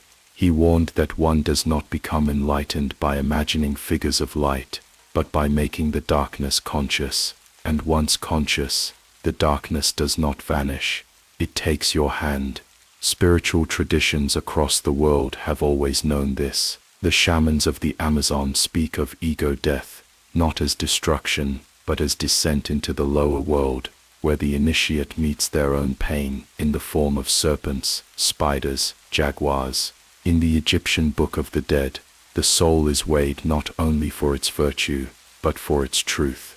Only those who embrace both light and shadow move forward. In the Tibetan Bardo Thurdo, spirits of wrath and beauty appear side by side, and liberation comes not through choosing one over the other, but recognizing both as projections of the self. You are the monster, you are the angel, and you have always been both. The moment you step toward the dweller, not with fear, but with stillness, its form begins to shift. It may scream, it may beg, it may warp into every nightmare you ever fled, but if you hold your ground, breathe, and say, I see you, and you are me, everything begins to change. Not instantly, not easily, but the shift begins. Your fear melts first, then your hatred, then your shame. The layers peel back until you are no longer facing a beast, but a child, a version of you, so small and scared, still trapped in the moment it was exiled, and you kneel. You reach out, and you forgive. That is the moment the gates open, not outside you, but within. Because liberation was never about escaping, it was about return, and the only way out has always been through. You will not rise from this experience untouched. There is no returning to who you were before. Something ancient has burned away, not your innocence, your fragmentation. You will feel the difference immediately. The world will not change, but your place within it will. Your voice will carry weight. Your eyes will see depth. Dreams will come again, not as hauntings, but as messages. The astral will no longer resist your presence. You have earned your signature. You have reclaimed the throne of your own soul. But integration is not a one-time act. It is a discipline. Each day, the shadow must be acknowledged. You must speak with it. Thank it. Listen to what it still fears, because the moment you forget, it returns, not as punishment, but as memory. Some will never understand what you've done. They will see the scars and mistake them for damage. They will hear your silence and mistake it for distance. but you will know. You carry a peace that cannot be faked, a gravity that does not waver. You are not clean, but you are whole, and that is more sacred than light. There is no final banishment, no glorious ascension scene. The music doesn't swell, the sky doesn't open. You simply stand, quiet, rooted, awake, and you walk back into the world, back into your body, back into the life you left suspended while you ventured through the unseen. But you return with something priceless. Yourself, not the version curated for approval, not the one you crafted for survival, but the true self, the one that walked through fire, through shadow, through deception, and emerged carrying both candle and mirror. You are no longer haunted, you are the haunting. To those who still wander the dream corridors, whose mirrors still flicker with borrowed faces, there is a message only you can now deliver. Tell them, the monster isn't trying to kill you, it's waiting for you to remember its name. And when you do, you'll remember yours. There are words that echo long after they've been spoken, words that vibrate in the bones of the universe, not because they are magic in themselves, but because they are vessels of will, of realization, of memory. And among these, one phrase has survived across tongues, across planes, across centuries, whispered in the darkness by those who remember who they are, and shouted by those who reclaim what was taken. You have no power over me. At first it sounds too simple, too soft, just another mantra.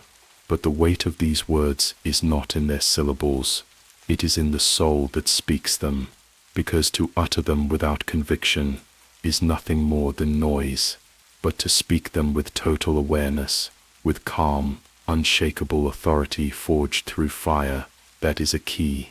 And in the right moment, spoken from the core of one's being, they do not banish, they awaken.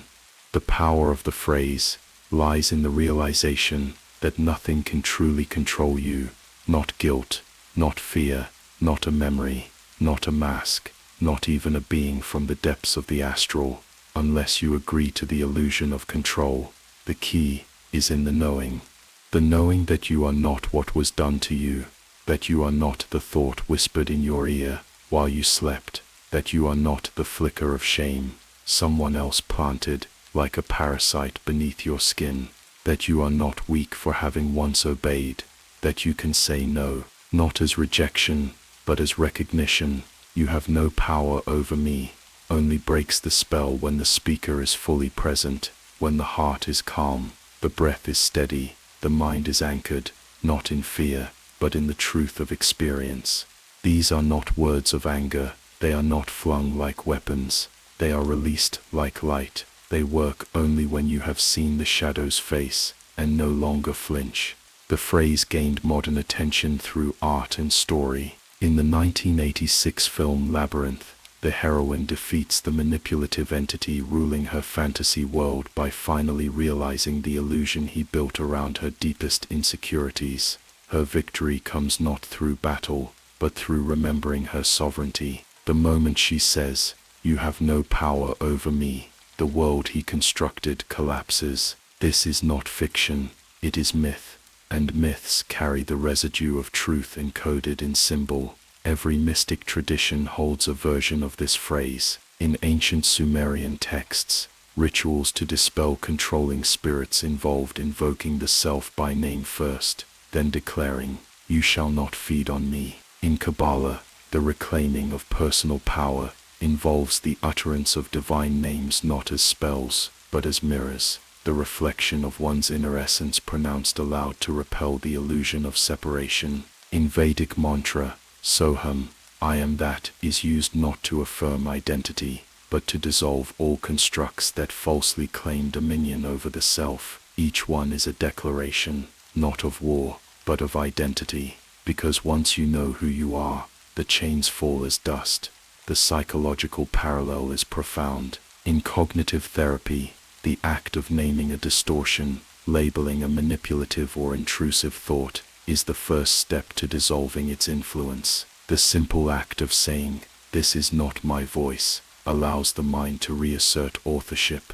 When practiced regularly, it rewires the neural pathways of shame and fear. The brain begins to reject what once ruled it. This is science echoing the sacred. The entities described across this journey, incubi, astral predators, false guides, and the dweller, are all fed through permission, not legal, not conscious, but emotional. They slip in through trauma, through resonance, through gaps in the psychic field, and once inside, they survive by convincing you that they belong. The words "you have no power over me" are not just about casting them out. They are about dissolving the contract, not with force, but with clarity. They must be spoken when you are ready to let go, not just of the being, but of the reason it stayed. You must release the comfort of victimhood, the addiction to self-punishment, the subtle identity that clung to being haunted. When you speak these words, you must not want them to work. You must know that they already do. The ritual is simple: no tools, no fire, just presence. Stand, breathe, name what stands before you, not just with the title it claims, but with what it truly is. You are fear. You are my father's voice. You are the wound I buried when I was 10. Say it, and then say, "You have no power over me." Not like a chant, like a memory. Say it until your bones remember. Say it until the world shifts. Because the moment the spell breaks, the entity will react, sometimes with a scream, sometimes with laughter, sometimes with silence, but they will recoil, not because they are weak, but because they are now seen. And nothing loses power faster than something truly seen. There are no fireworks, no exploding sigils. The world doesn't bend. What happens is quieter. They fade, not vanish, not shatter, just fade. And you remain upright, whole, breathing, because the real victory is not in their defeat, it's in your return. You speak the words not to end the darkness, but to remind it, and yourself, that you were never truly lost. And from that moment on, you carry the phrase with you, not as a weapon, but as a compass. Whenever the world begins to warp, whenever dreams begin to whisper, whenever shame pretends to be truth, you speak, and the path clears. Because now you understand, the power was never theirs. It was always yours, and now you've remembered how to use it. Not all predators leave marks on the flesh. Some feed without biting, without touching, without even being seen. You do not wake with scratches. You do not scream in the night. You simply begin to fade, slowly, quietly, until you no longer remember what it felt like to be fully alive. These are the astral vampires, not the pale, fang-bearing figures of folklore, but true energetic predators, beings that drift between dimensions, drawn not to blood, but to something far more subtle, your life force, your essence, the field of electric, emotional, and spiritual vitality that animates your body and gives weight to your thoughts. And unlike their fictional cousins, these vampires do not need to charm you. They only need you to sleep, because it is during sleep, when your consciousness wanders and your aura relaxes, that the field opens. And when it opens without awareness, without defense, it becomes a banquet. The first symptom is fatigue, not tiredness, but a profound and persistent exhaustion, the kind that sleep cannot touch, the kind that deepens even after a full night's rest. You wake feeling as if something heavy has pressed into your chest all night. Your limbs feel distant, like they belong to someone else, and the day doesn't begin. It drags. This isn't depression. This isn't illness. This is depletion. Next comes the fog. Thoughts blur. Words falter. Memory loses detail. You reach for a name, a reason, a plan, and come up empty. People around you feel louder, harder to read. Your emotional response becomes dulled, or worse, overreactive. You feel everything too much, or nothing at all. This is because the field is not just the body's energy. It is the matrix that governs cognition, and emotional balance. When siphoned, the psyche becomes unstable, not broken, just porous, and in that porosity, they return, again and again. They do not arrive in grand visions, often they come as dreams, strange figures you can't quite remember, a presence that presses on you as you sleep, sleep paralysis with a heavy weight on the chest, a whisper just beyond the edge of language. These are not imaginations, these are incursions, feeding patterns.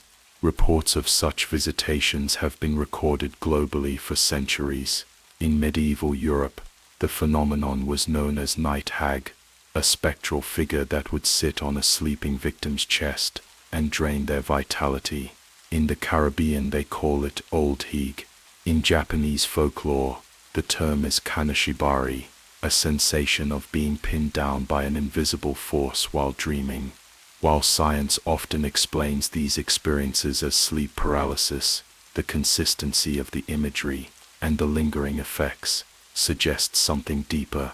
In 2001, a sleep study conducted at the University of Waterloo examined the recurring dream content of participants who experienced frequent sleep paralysis episodes. Over 70% of them reported sensations of being drained, watched, or pressed upon. A significant number claimed they felt less themselves the following day. One subject stated, "It's like something came and took my confidence." These are not coincidences. Astral vampires operate without morality. They do not care who you are. They care how open you are. They follow energy signatures, spikes in emotion, dips in protection, and especially pain. Emotional trauma acts like blood in water. It marks you, not visibly, but vibrationally. And once marked, you're easy to find. Some vampires drift independently. They move from person to person, feeding sporadically. Others tether. They form parasitic cords, astral connections that lock onto your energy body. These cords are not physical, but they are real. Sensitive empaths often describe them as threads or hooks. The longer the cord remains, the more tailored the attack becomes. It learns your cycles. It feeds when you are weakest, during grief, heartbreak, addiction, despair, and the most terrifying part, many don't realize they're being drained, because the entity doesn't just steal energy, it returns a copy, a ghost version of your own vitality, a mimic of your emotional signature, just enough to make you think everything's fine, just enough to keep you from noticing the slow collapse. This illusion is what traps people in toxic loops, staying in unhealthy environments, repeating destructive behaviors, trusting the wrong influences. It's not just bad choices, it's psychic tampering.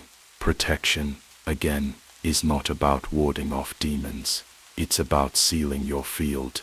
Regular energy work, grounding, shielding, meditation, strengthens the aura, but more than that, emotional hygiene is critical, because vampires do not break in.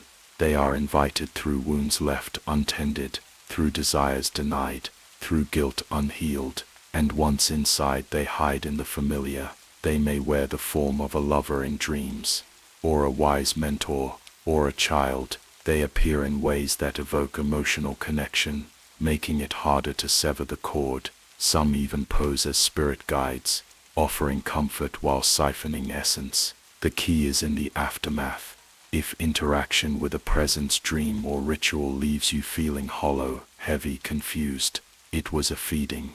There are rituals for clearing such attachments. The cord-cutting ceremony is one of the most well-known, but again, intention matters more than performance.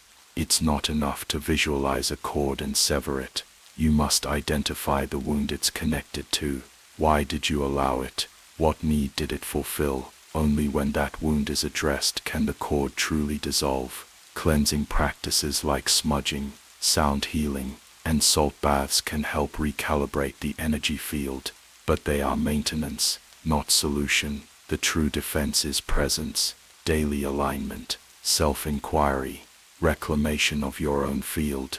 There are advanced techniques, sigils inscribed on mirrors to reflect energy, sacred geometry fields that stabilize resonance, incantations that bind parasitic threads. But even these fail without one essential ingredient: sovereignty.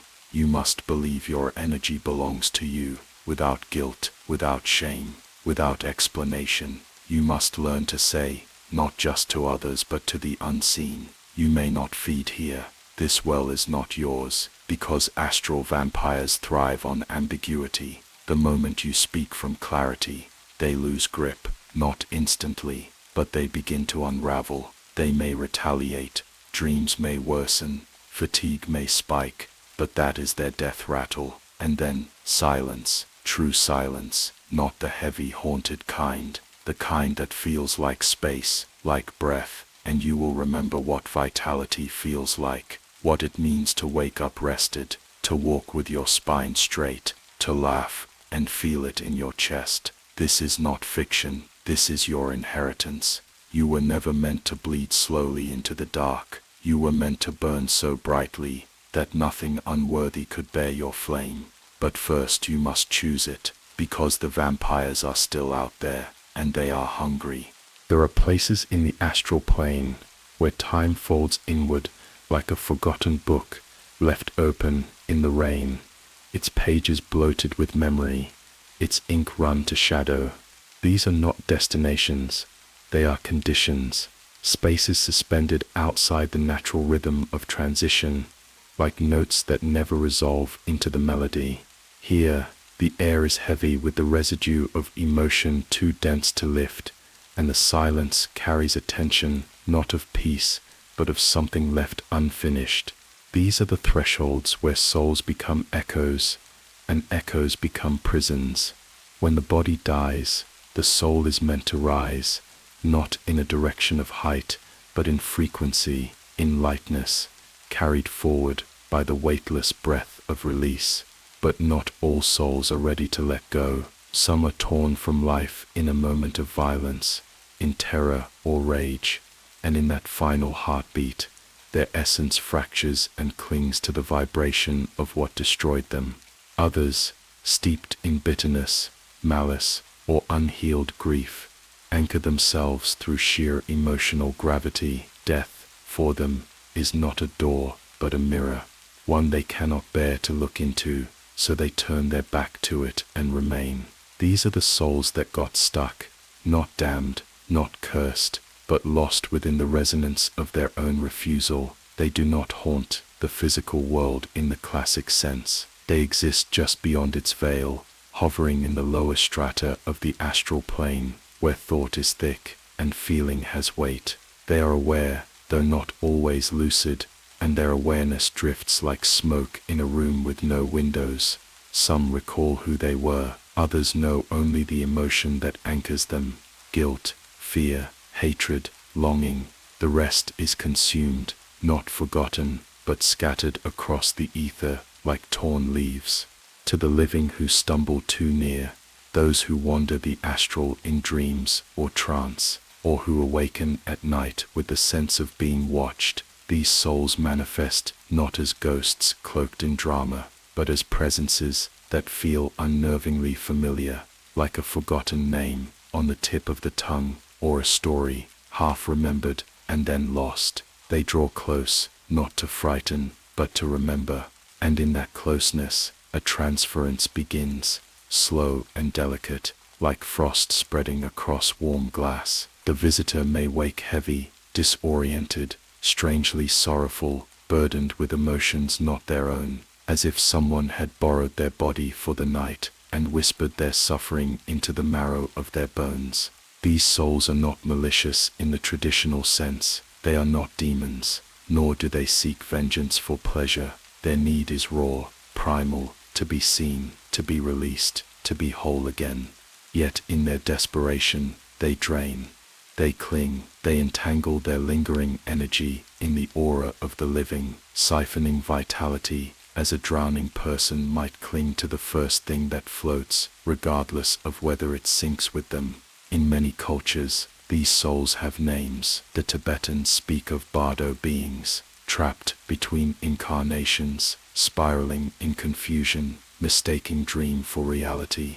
In Slavic folklore, they are navgi, spirits of those who died tragic or unnatural deaths, unable to find peace. In the Caribbean, duppies wander near graves and crossroads, seeking warmth in the breath of the living. The stories differ, but the thread is the same. A soul out of rhythm, stalled between beats of eternity. There are those whose anger fuses with their identity, whose bitterness renders them unrecognizable even to themselves. These become distorted over time, their form warped by the emotion that binds them.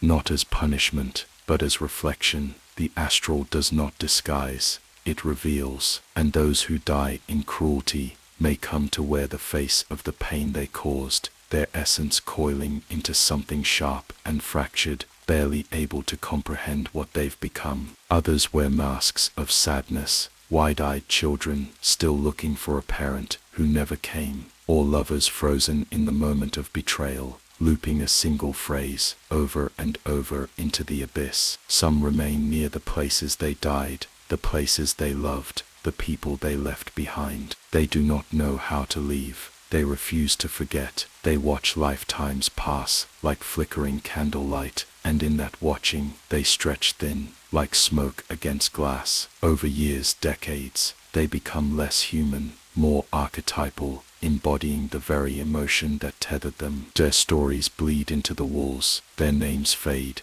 but their resonance lingers. Sensitive individuals, children, empaths, those who live close to emotional thresholds, are particularly vulnerable to their touch, not because the spirits wish to harm, but because they seek resonance, light, warmth, connection. But even such innocent yearning can suffocate if given unexamined space, and when the living begin to feel things they cannot trace, speak in words they don't remember learning, dream of places they've never seen. This is not imagination, this is contact. There are ways to help, but not all stuck souls want help. Some are too afraid of what lies beyond. They've been told to expect judgment, fire, punishment, and so they stay in what they know, even if it hurts. Others deny their death entirely, looping memories in a vain attempt to awaken from what they believe is a dream. And still others refuse out of obsession, unfinished business, unfulfilled revenge, or unrequited love twisted into delusion. Ceremonies of release are as old as language, lighting candles with intention,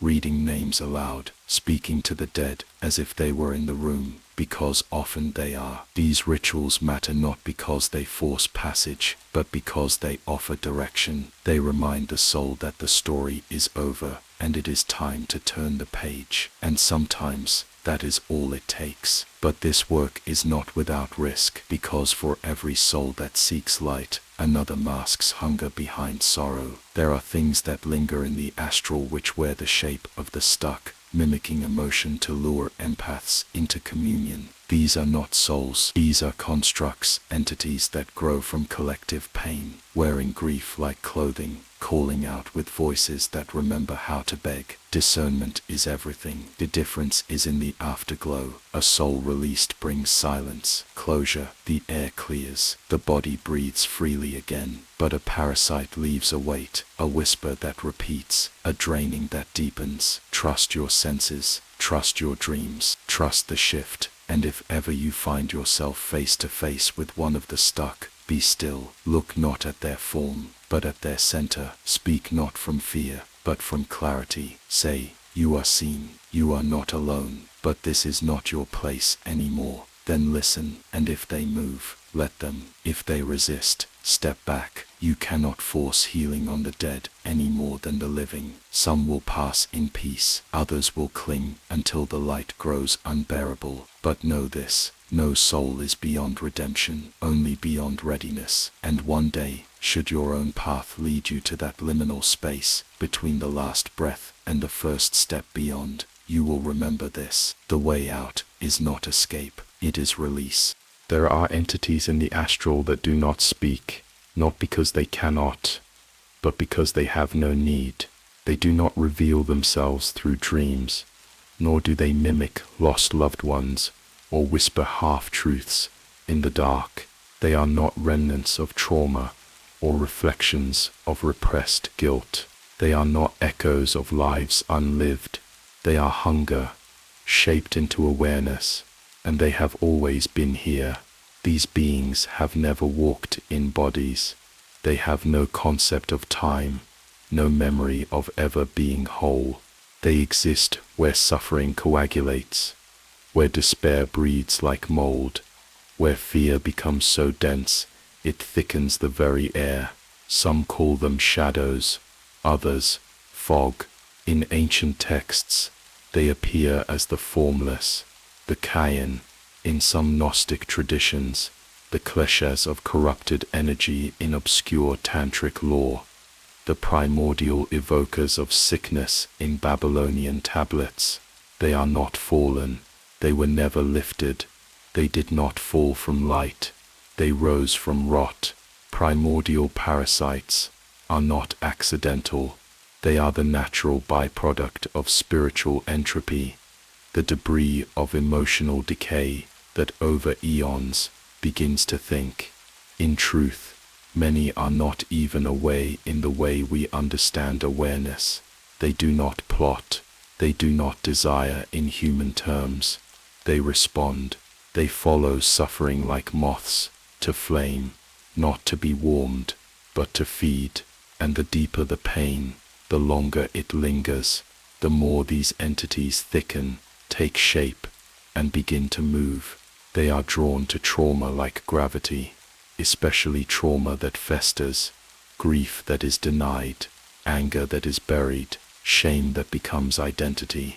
These frequencies, when repeated, carve ruts in the field of human experience, and through these ruts, the parasites slither, not quickly, not visibly, but inevitably.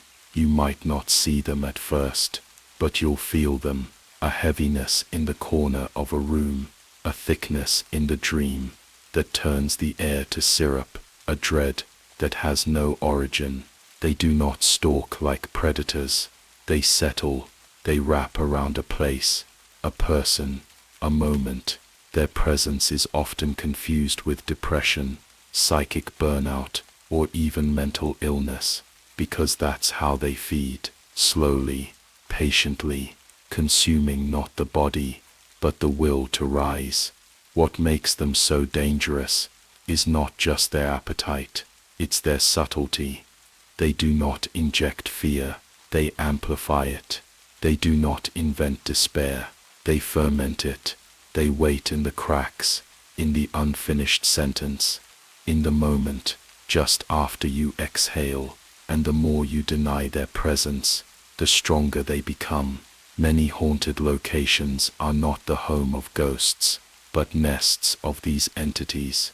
As pain accumulates, through violence, loss, generational trauma, these places become saturated, and the parasites root. They spiral into the walls, they whisper through electric fields. Technology begins to glitch, people argue for no reason, visitors leave sick, drained, or suddenly full of thoughts that are not theirs. In 1972, researchers from a private parapsychological institute investigated a psychiatric hospital closed for over a decade. The structure had no reports of haunting, no recorded deaths, no urban legends, and yet, during their study, all 5 investigators experienced extreme emotional dysregulation. 2 collapsed with migraines. 1, a lifelong skeptic, fled the building in tears after hearing himself ask to die in a voice that wasn't spoken aloud. Subsequent EMF readings showed unusual low-frequency oscillations in the basement, with no discernible source.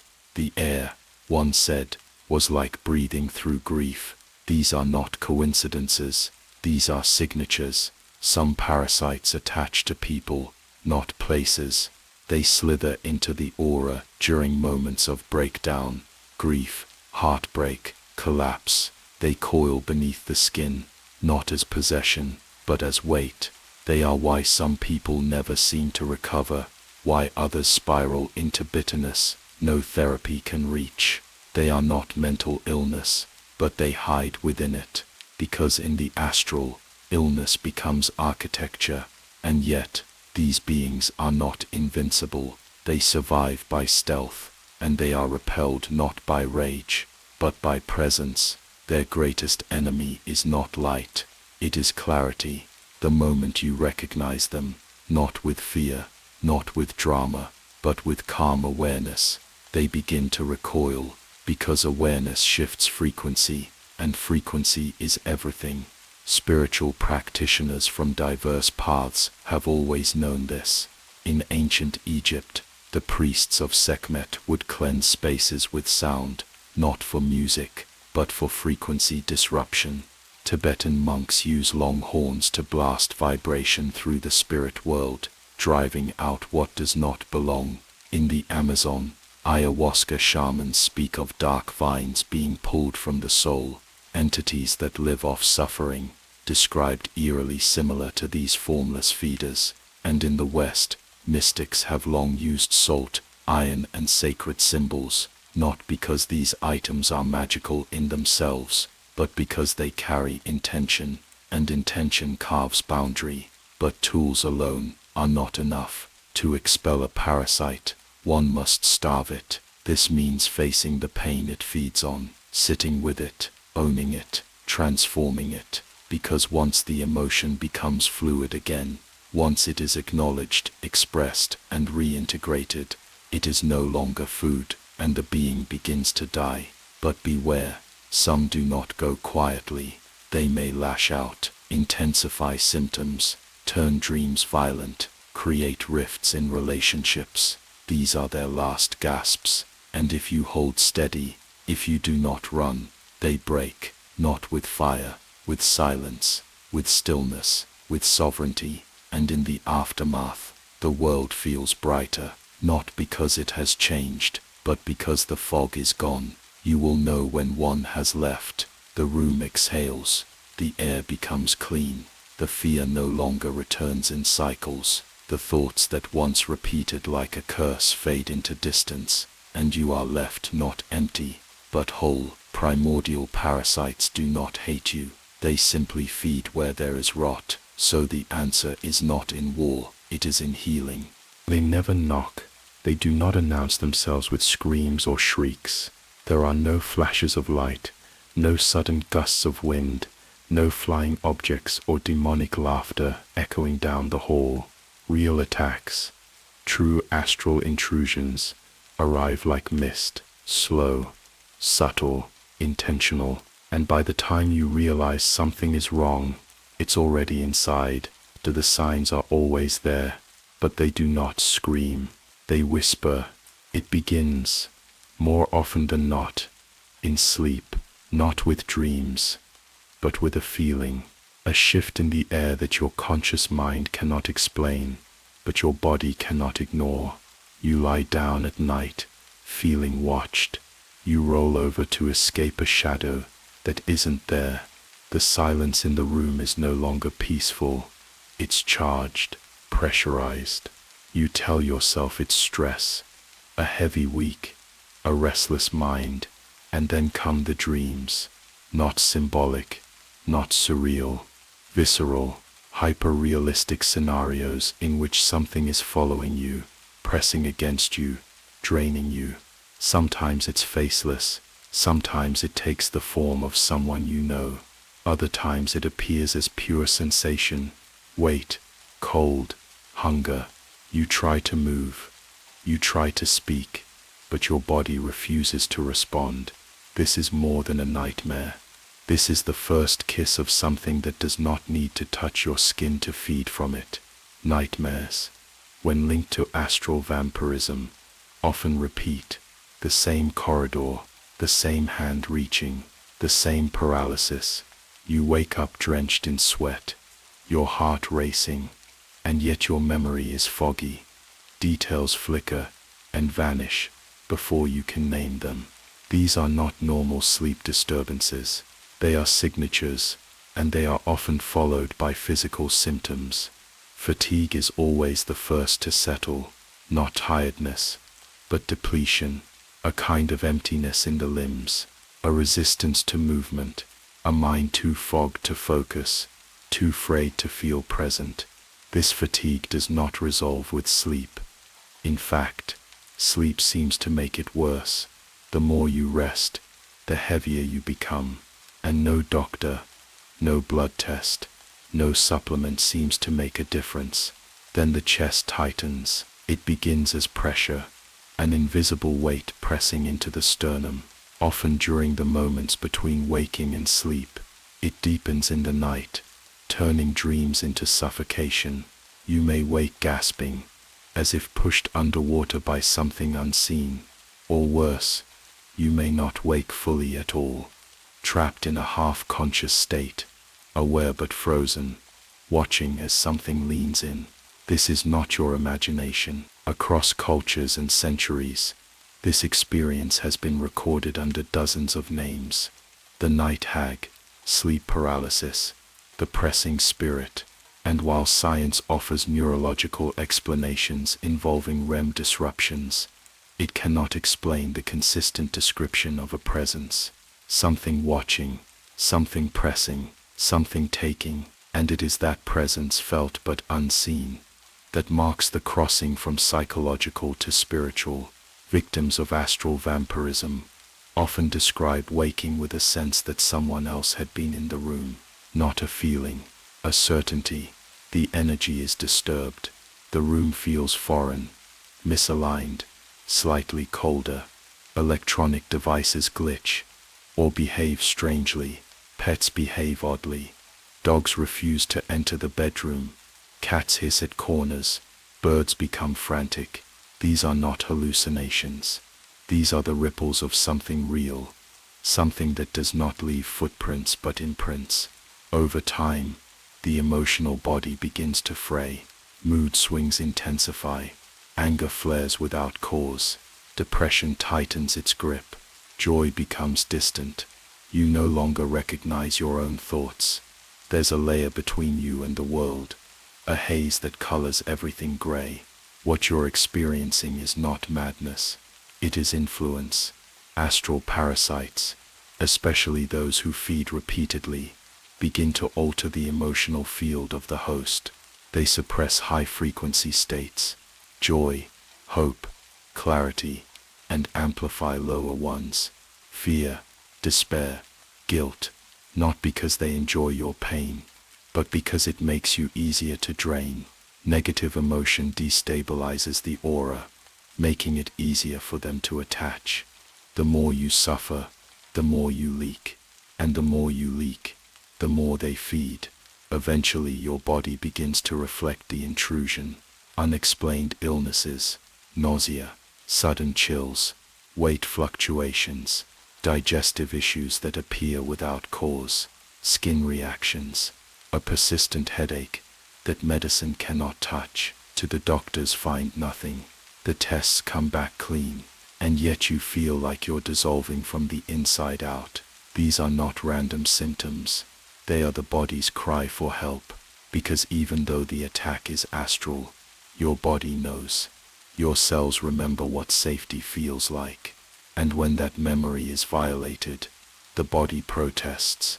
But there is one final, inescapable sign, the one that no one can mistake. The moment the presence reveals itself, not in shadow but in certainty, you will hear your name, not from your mouth, not in your voice, but in the room, spoken in a whisper that seems to come from nowhere and everywhere all at once. A perfect mimic, or sometimes the voice of someone you trust, but it's wrong, slightly off, slowed, as if moving through water. That is the moment the veil thins. That is the moment they step through, and once they are seen, once their shape takes root in the mind, they do not leave quietly. They linger, they wait, and they test, because knowing the signs is not enough. You must respond. You must claim your space, not with fear, but with clarity, not with anger, but with sovereignty. Speak aloud. This body is not yours. This mind is not yours. This energy is mine. You have no power here. Then act.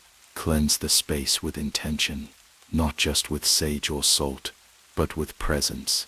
Take ownership. Name what was unspoken. Reclaim what was drained. Call your energy back. Burn your own name into the air like a sigil made of breath, because they can only stay if you forget who you are. And once you remember, they vanish like fog in morning sun. There comes a point when observation must become action, when knowing the shape of the shadow is no longer enough, and something must rise within you, not as panic, but as presence. You've seen what moves in the dark. You've heard its whisper. You've felt its weight press against your dreams and pulse through your bones. But now the moment arrives where you do not run and you do not hide. You gather your breath. You gather your will, and you light the fire, because light, when wielded with intention, is not passive. It is not softness. It is a blade. It begins within, always. Protection is not something worn like armor. It is summoned, breathed, exhaled. Visualizing white light is more than a mental trick. It is the ignition of subtle force, called from the reservoir of the self and anchored by the stillness of the mind. When you close your eyes and picture that light, not as idea, but as living substance, pulsing around you like fire-fed wind, you are not imagining, you are commanding. Studies in bioenergetics have revealed that focused intention alters electromagnetic fields around the body. Heart math research demonstrates that coherent emotion, love, gratitude, determination, generates measurable protective resonance. When this resonance is consciously visualized as light, especially in the form of a sphere or a column, it reinforces the subtle body, like a scaffolding of flame. Predatory energies, which feed on weakness and disharmony, find no purchase against that structure. They do not burn. They simply cannot hold form within it. Prayer, too, is misunderstood. It is not supplication. It is alignment. To speak sacred words with full attention is to resonate with archetypes, with divinity, with pattern, whether those words come from the Psalms, the Vedas, the Quran, or the whispers of your own soul. What matters is frequency. Reciting prayers or mantras aloud, especially during astral cleansing, anchors your energy into the structure of your higher self. You are not begging for safety. You are invoking memory. You are calling to the ancient part of you that has never been touched by fear. The atmosphere around such invocation changes. You'll feel it. The temperature of the room drops or lifts. The air thickens. Animals grow silent. Space bends inward, as if something unseen is listening. Not just the spirits, but your own soul, finally rising to meet you. Cleansing rituals are the architecture that holds this process together. They are not superstition. They are spiritual hygiene. Just as the body accumulates dust, the aura accumulates debris, emotional fragments, psychic impressions, energetic cords left by others. Cleansing removes this static, restoring the field to its natural flow. Smoke is one of the oldest tools. Burning sage, Salvia apiana, has been shown in peer-reviewed studies to reduce airborne bacteria by up to 94%. But its true power lies in vibration. It releases negative ions that alter the charge of a space, shifting its density. Indigenous cultures across the Americas use sage not as perfume, but as declaration. Palo Santo, frankincense, myrrh, each with their own signature, their own echo in the spirit world. But cleansing is not limited to air. Water, too, holds memory. Ritual baths with salt, especially sea salt or black volcanic salt, have long been used to strip away residual attachments, not to wash off spirits, but to signal the body that it is reclaiming itself. As you sink beneath the surface, visualize the water absorbing what no longer belongs. With each exhale, release it. When you rise, do so slowly, silently. Do not rush. Let the droplets carry the burden down the drain. Like falling ash, crystals, when understood, become allies. Clear quartz amplifies intention. Black tourmaline anchors and grounds. Amethyst calms and shields the third eye. Selenite, named after the moon goddess Selene, clears without needing to be cleared itself, acting like a blade of frozen light across thresholds. But again, they are not magic in themselves. They respond to attention, to touch, to spoken command. Hold them, whisper into them, program them with the energy of the task. Protect me as I dream. Hold my space when I forget. Reflect what is not mine. Crystals become talismans when imbued with story, and the entities of the astral read story more clearly than we read our own thoughts. But the most powerful shield is still the will. Stand in your space. Breathe deeply, 3 times. Feel your body. Then speak aloud. Not a recitation, but a claim. This space is mine. This body is mine. This soul is sovereign. Nothing may enter without permission. I revoke all past permissions. I recall all fragments of myself across time, space and dream. I am whole. I am lit. I am unbreakable. Say it with your back straight, with your shoulders relaxed, with your heart open, not clenched, not shaking, open. The predators cannot enter what is open in strength. They thrive in confusion, in fear, in the tightness of collapse. When you become the flame, they disappear. Over time, these practices are not just protection, they become identity. You begin to wake rested, dreams become clear again. The pressure lifts, the whispers fall silent, the cold in the corners fades. You laugh more, you stand taller, you begin to speak without second guessing, to walk without watching shadows. You do not forget what happened, but it no longer defines you.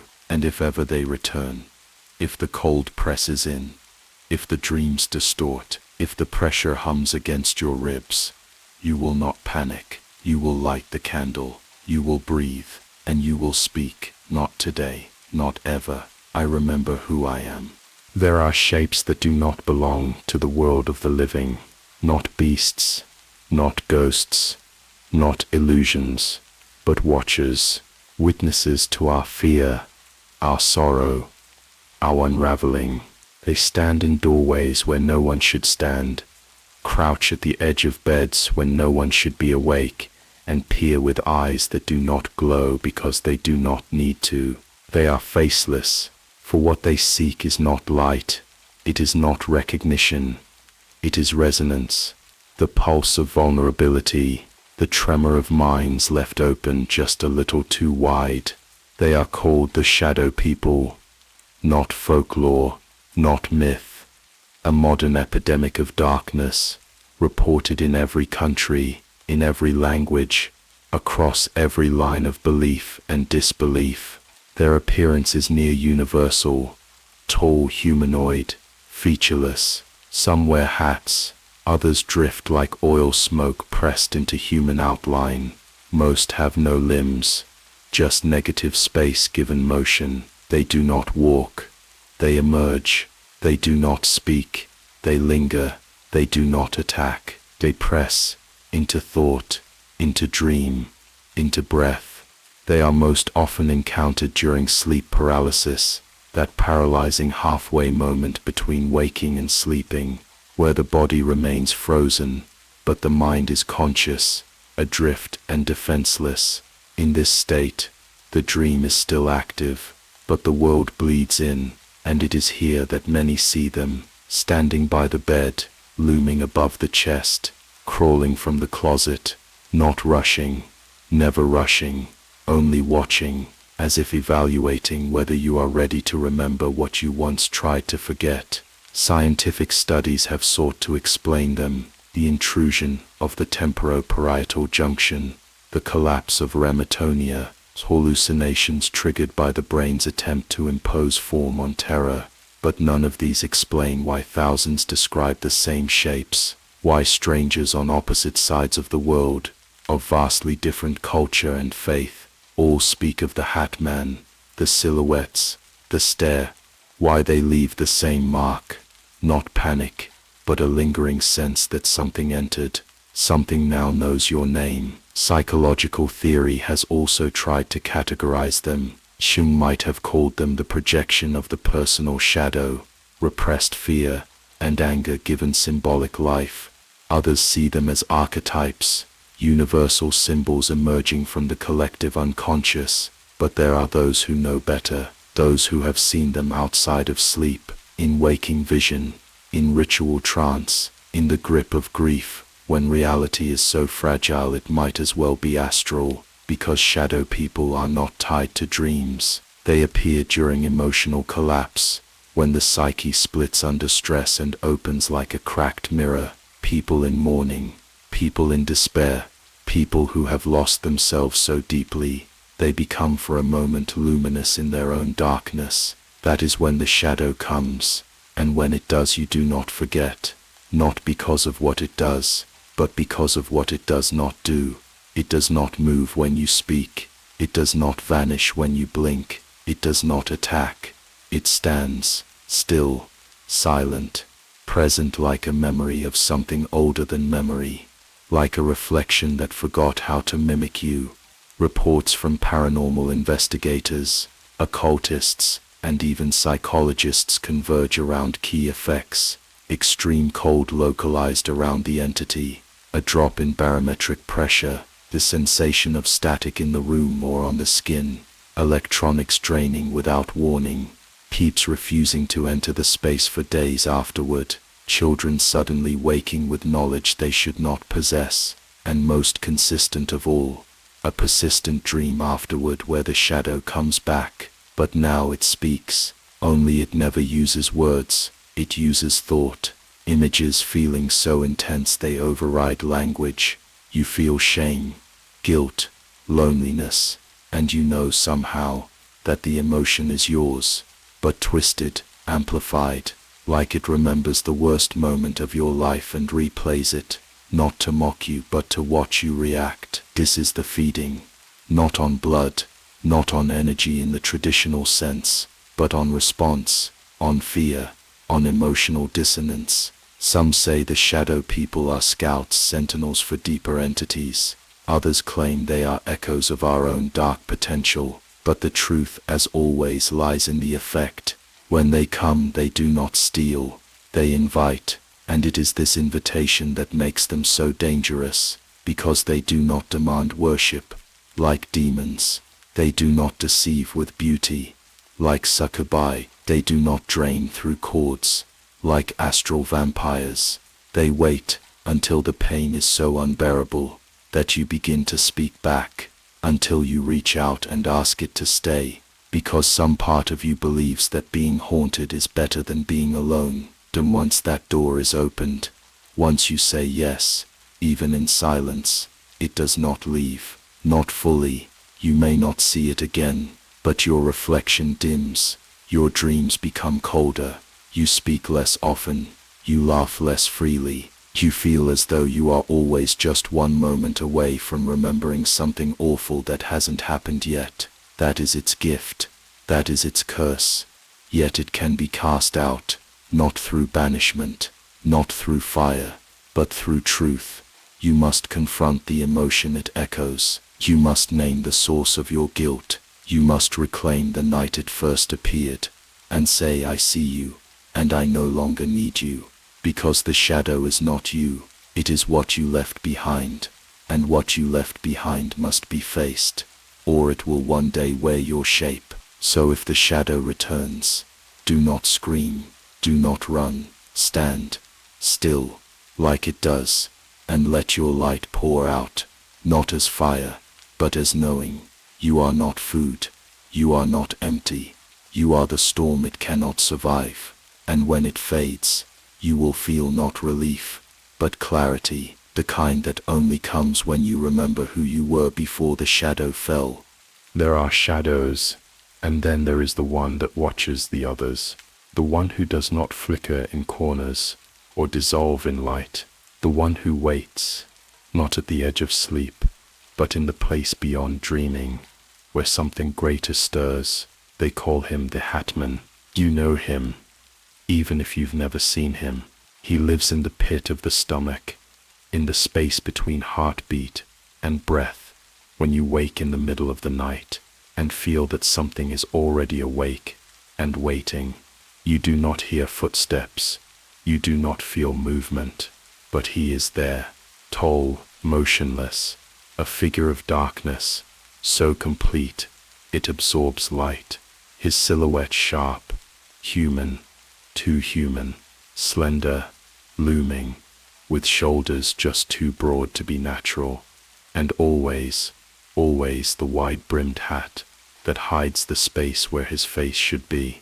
But it is not the form that terrifies, it is the recognition, because when you see him, something deep inside you remembers, something ancient, something reptilian, and primal, and silent, the part of your nervous system that does not think, does not question, only reacts. The same instinct that told our ancestors when to run from fire or fangs, now whispers, he is not from here, and you should not be seeing him. Encounters with the Hatman stretch across continents, across decades, across age and belief and culture. He has been seen in the slums of Sao Paulo, in the suburbs of Toronto, in remote villages in Indonesia, in prison cells and hospital wards, on dusty ranches, in the middle of nowhere. Children see him, soldiers see him, elders see him, and they all describe the same thing: a tall, featureless man, in a wide-brimmed hat, standing at the edge of the bed, watching, just watching. He doesn't speak, he doesn't move, but the fear he brings is beyond fear. It is not terror, it is wrongness, the sense that your room has been overwritten by something older than walls and beds and names. Some wake up paralyzed, others can move, but dare not. Pets whimper, cower, growl at empty space. Electronics flicker, a chill floods the room, and time stretches. Seconds become minutes. Minutes feel like lifetimes, until he vanishes, not with a gesture or a threat, but like smoke inhaled into the night. Researchers have tried to explain him. Some call it mass hysteria, a culturally shared hallucination born from internet forums and horror films. Others blame sleep paralysis, a byproduct of the brain waking before the body, layering the remnants of dreams over real surroundings. But there are problems with these theories. The Hatman sightings predate the internet. They predate modern psychiatry. Accounts exist from the 1950s, 40s, even earlier. One woman in Louisiana described him in 1934, during the Great Depression. A man in Eastern Europe painted him in 1898. African shamans speak of a tall black watcher who stands at the threshold between this world and the next. In Native American traditions, a similar figure is called a shadow walker, an observer of death and soul fragmentation. And then there are the consistent traits: the hat, the height, the silence, the fear, always the same, always him. Why the hat? That no one knows. Some believe it is a symbolic crown, an echo of false authority, a way to assert dominion without ever speaking. Others say it's to hide his face, not out of shame, but out of mercy. Because if you saw what waits beneath the brim, you would never return. And still others say there is no face at all, only the void, only hunger. Theories abound. Some occultists believe he is an ancient archetype, an egregore, a psychic entity formed from collective fear. Others call him a watcher, linked to the fallen angels of the Book of Enoch. A few even suggest he is not a being, but a doorway, that when you see him, it means something else is about to enter. Those who've seen him more than once report that he learns. He returns not randomly, but with purpose. He appears during moments of emotional vulnerability, after trauma, during depression, after significant loss or spiritual disintegration. His arrival marks a threshold, the beginning of obsession or transformation. Some are driven into madness, others into awakening, but no one stays the same. There are stories too many to ignore, of lives unraveling after seeing him. Relationships collapse, mental health deteriorates, nightmares persist. But there are also those who found strength in survival, who learned to face him, to speak, to reclaim their space. And when they did, he vanished and never returned. Those who've confronted the Hatman with true presence, those who stood in their sovereignty and said, "You do not belong here," report something extraordinary. Not rage, not attack, but retreat, as if he was never there to dominate, but to test, to reveal the strength of the soul when faced with the purest embodiment of fear. Protection, in these moments, must come not from tools, but from truth. You must remember that he thrives on resonance. If you radiate helplessness, he will remain. If you channel fear, he will linger. But if you light the core of yourself, if you summon the presence of the divine, or the raw force of your will, he cannot stay. He cannot match that frequency. He was not built for it. Because the Hatman is not evil, he is a mirror made of shadow, and what he shows you is not him, but what you become in his presence. You must ask yourself, do I collapse, or do I rise? Do I beg, or do I command? Because in that moment, when he stands beside your bed, silent and infinite, you are not being haunted, you are being offered a choice.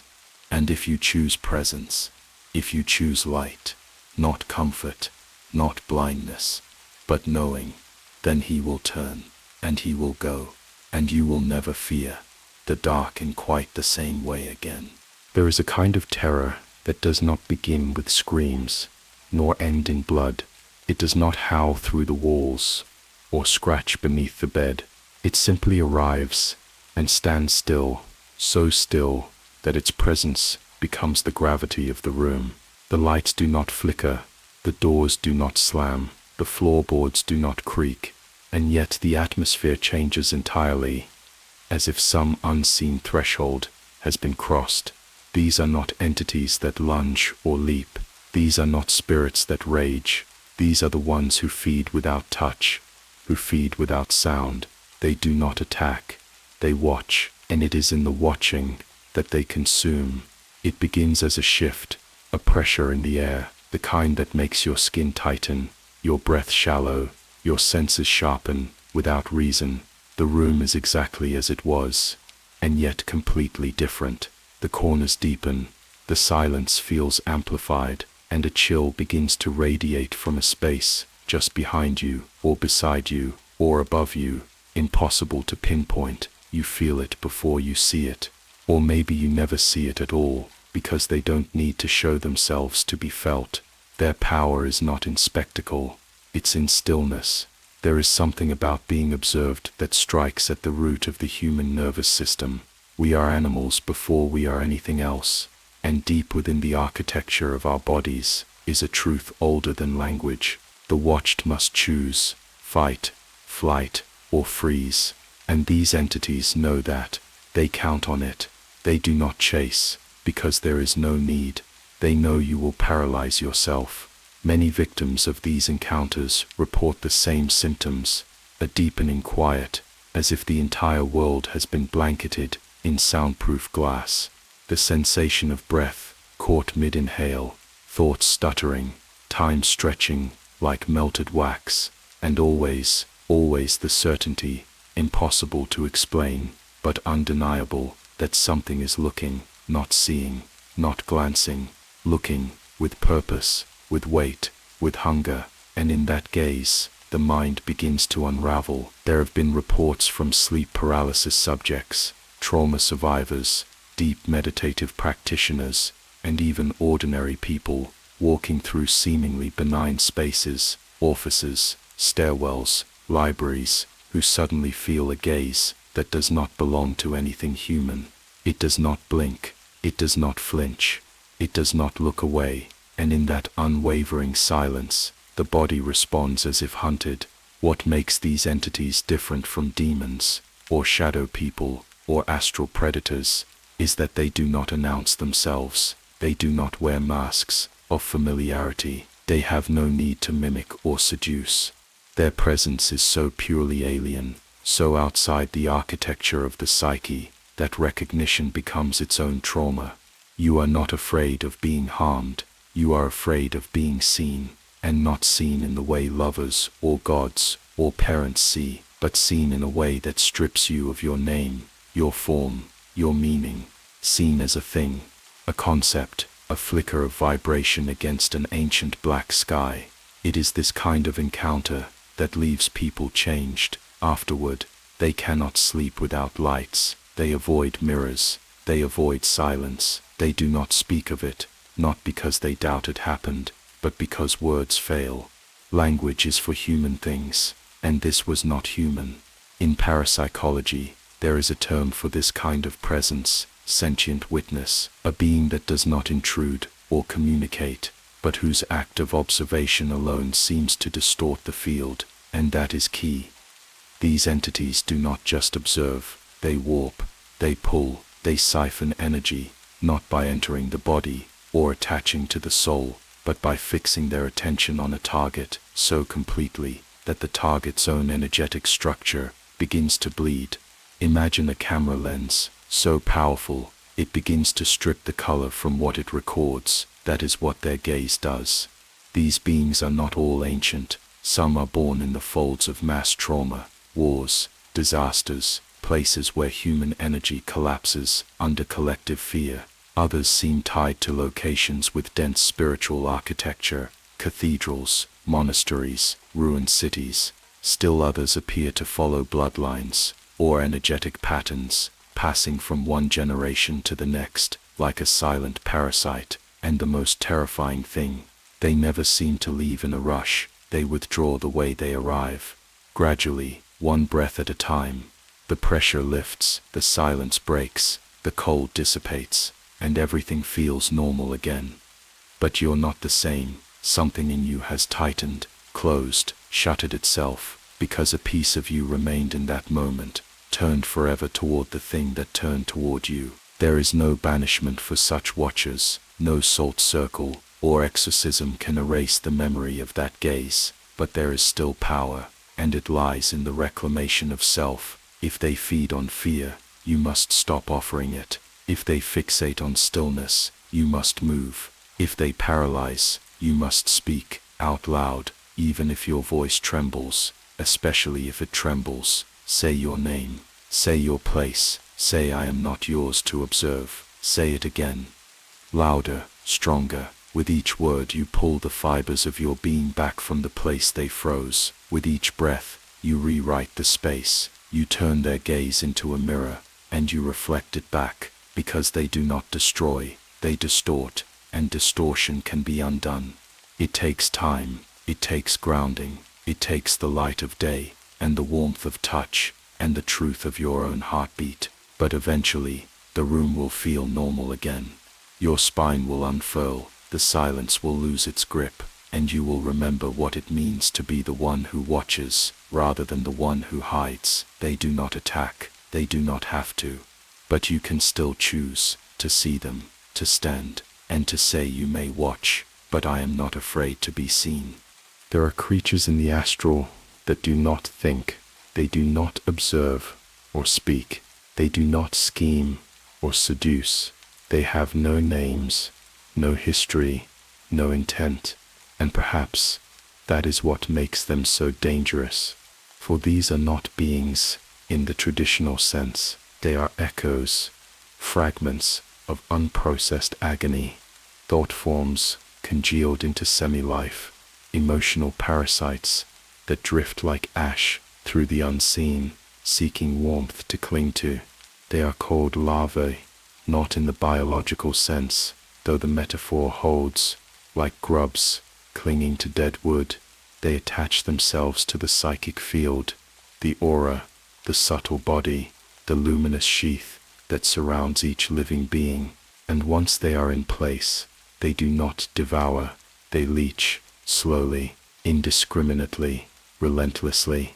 You won't feel them at first.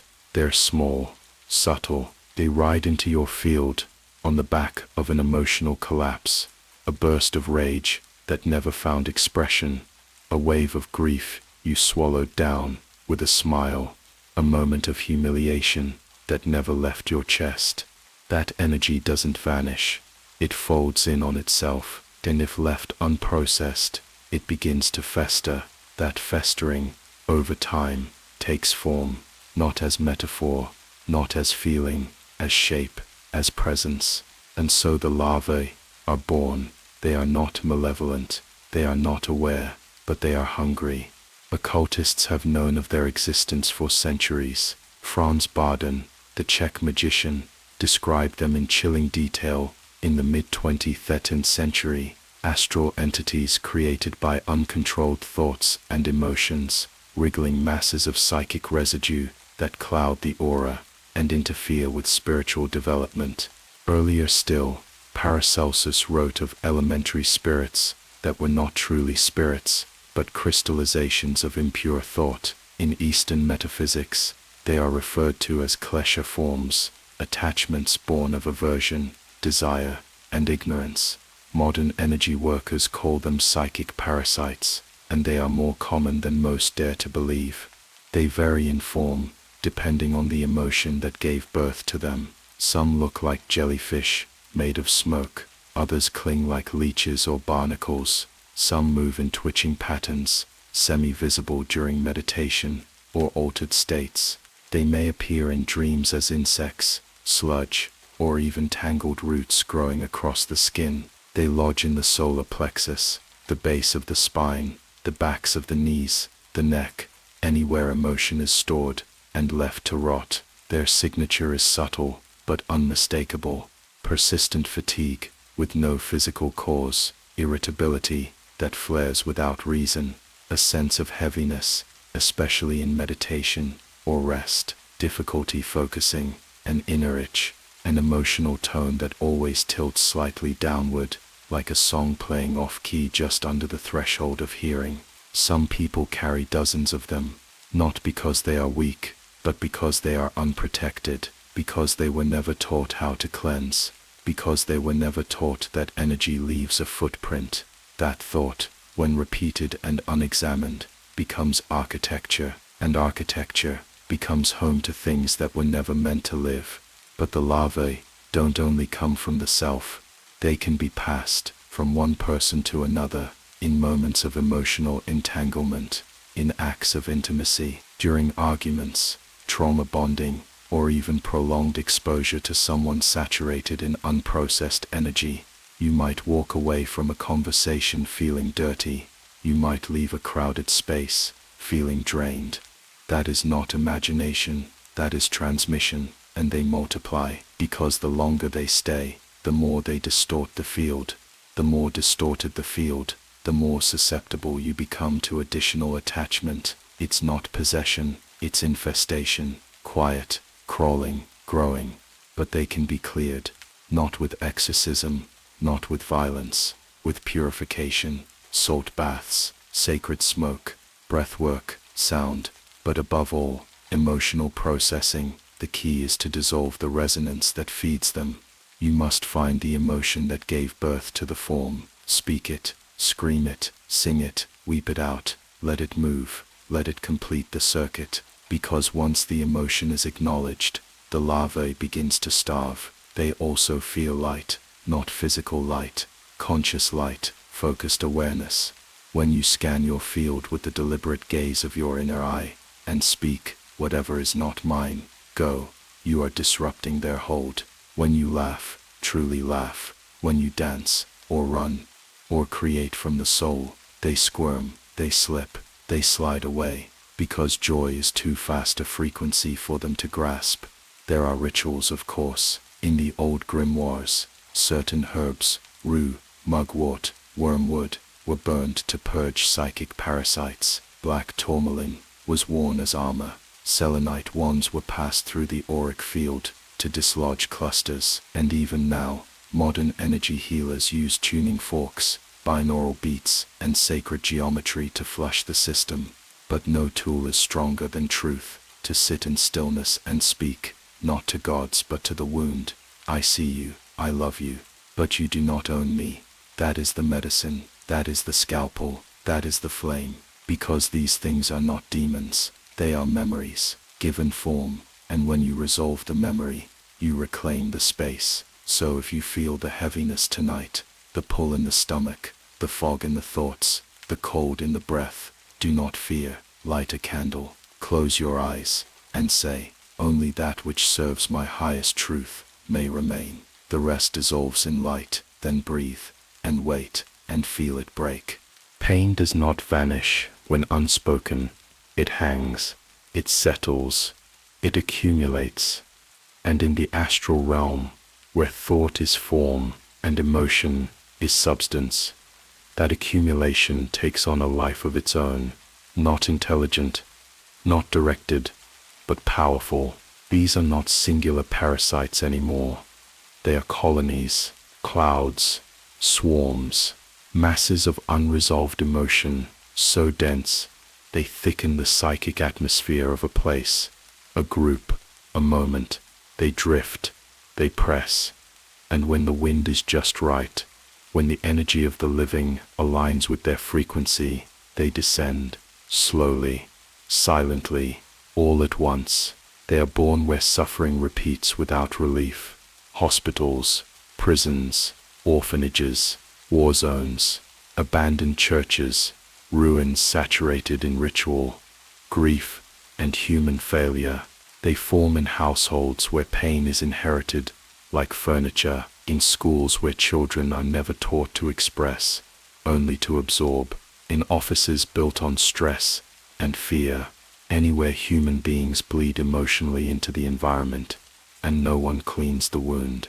These psychic clouds do not think, but they know how to grow. Each new negative thought, unspoken sorrow, swallowed scream becomes food, not devoured, but absorbed, and as they swell, they begin to shape the air. People walking through these places speak of bad vibes, choking air, a feeling like sadness is watching. They become tired for no reason. Their tempers flare, migraines bloom, children cry, animals pace, technology sputters, and no one knows why, but the sensitive feel it. Empaths and intuitives walk into such spaces and collapse. They do not always faint, but their systems recoil. The throat closes, the stomach twists, memory stirs, and then comes the exhaustion, as if something enormous has wrapped around them, demanding to be felt. This is not attack. This is saturation. They are not being hunted. They are being soaked in someone else's despair. In Eastern mysticism, the phenomenon is understood as emotional imprint fields, energetic atmospheres, left by intense human experience.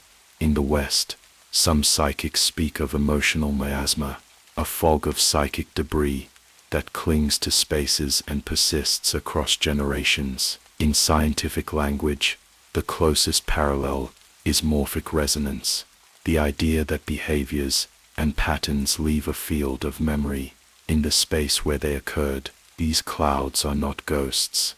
There is no personality here, no story, only repetition, only weight. Then when these fields grow large enough, they begin to affect not just places, but people. Collective fear in a group setting becomes hysteria, not because it spreads through words, but because the astral field synchronizes. Anger ignites like wildfire.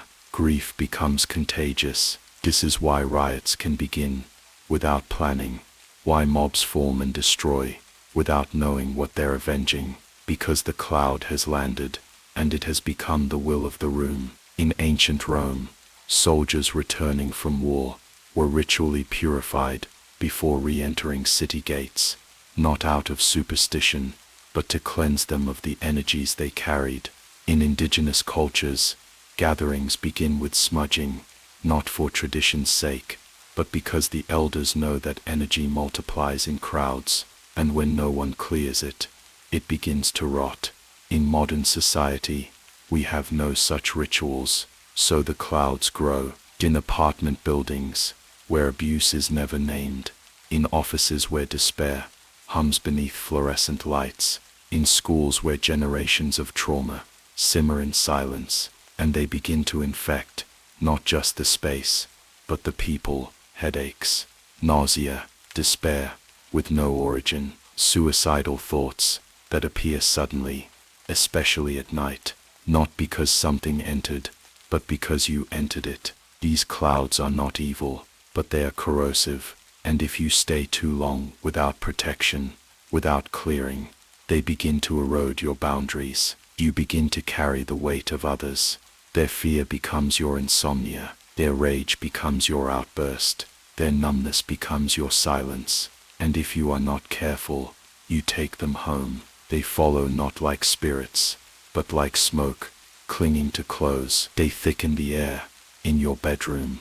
They hover above your bed, and in your dreams, you begin to see faces that do not belong to you. This is not possession. This is participation, because pain, unclaimed and collective, will find a host. So how do you defend against something that has no form? You light the space, not with bulbs, with intention, with ritual. You open windows, even in winter. You burn herbs, not for scent, but for vibration. Mugwort, cedar, rosemary, copal. You drum, you sing, you speak names. You bring laughter into rooms that have not heard it in years. And most of all, you name the pain. You look at the space and say, I know what happened here. I see the wounds. But this ends now. If you do this consistently, the cloud lifts, not all at once, but like a storm breaking. You'll feel it. The air becomes breathable again. Light enters corners that once seemed cursed. The walls stop echoing, and people begin to smile again. Unforced, uncoached. This is not fantasy. This is hygiene. And if we practiced it collectively, the clouds would never grow strong enough to swallow us. But until then, keep your light sharp, keep your space clean, and if you ever enter a room and feel the weight press into your chest, do not ignore it. Speak aloud. Only light belongs here. All else dissolves. And walk forward, unafraid, because the clouds only win if no one remembers the sun. For all the rituals, the names, the wards and herbs and incantations, there is one defense older than words, older than fear, older than even the entities that stalk the edges of dreaming. It is the first flame, the core of awareness that lives behind your ribs, behind your breath, behind your thoughts. It is not seen in mirrors.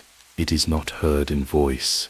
It burns in silence, beneath the noise of the world, the inner light, and it has always been your greatest weapon, not because it attacks, but because it reveals.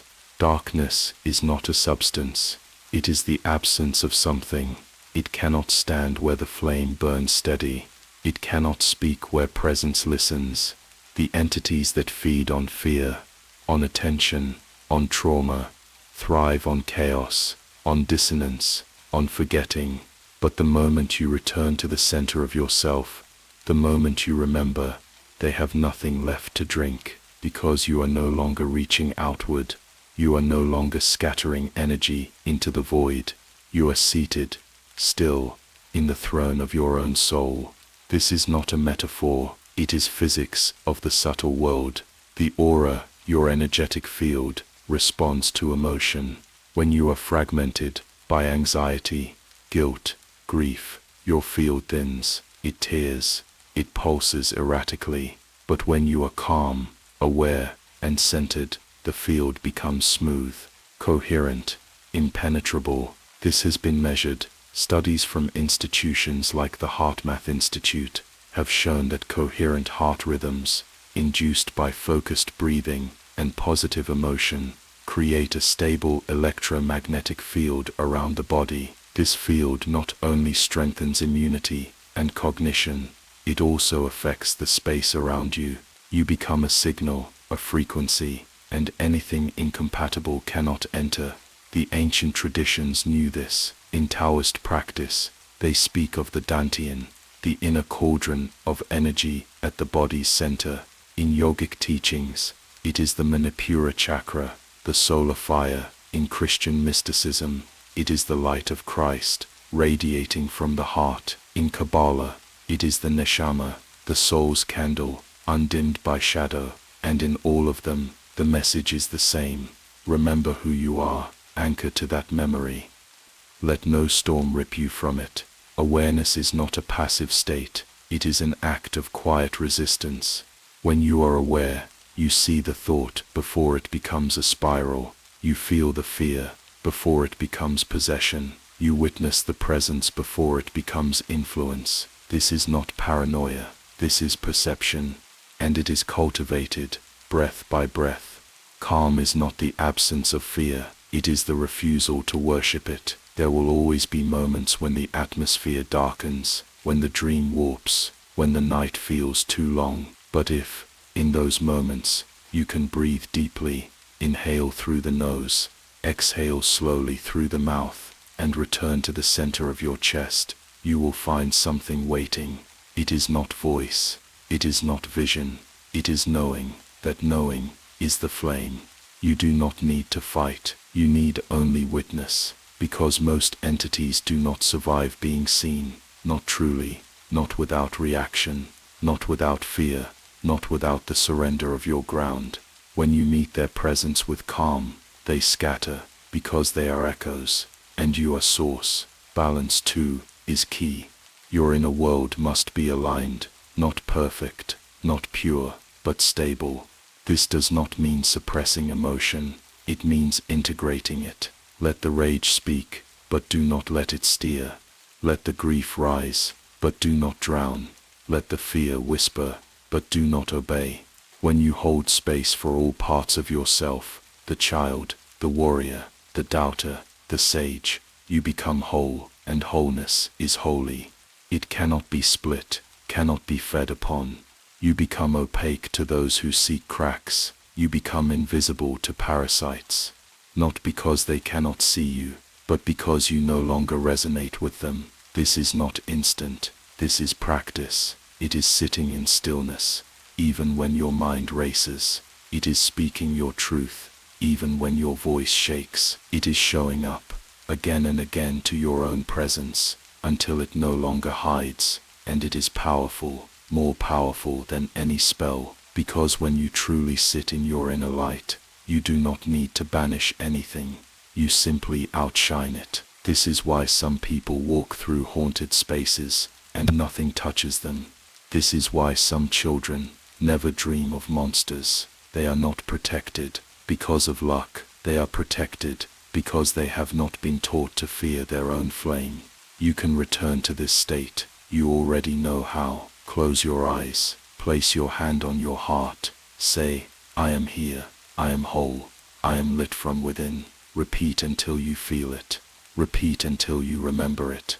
And when the darkness comes again, and it will, you will no longer flinch. You will stand, and it will know you, not as prey, but as light.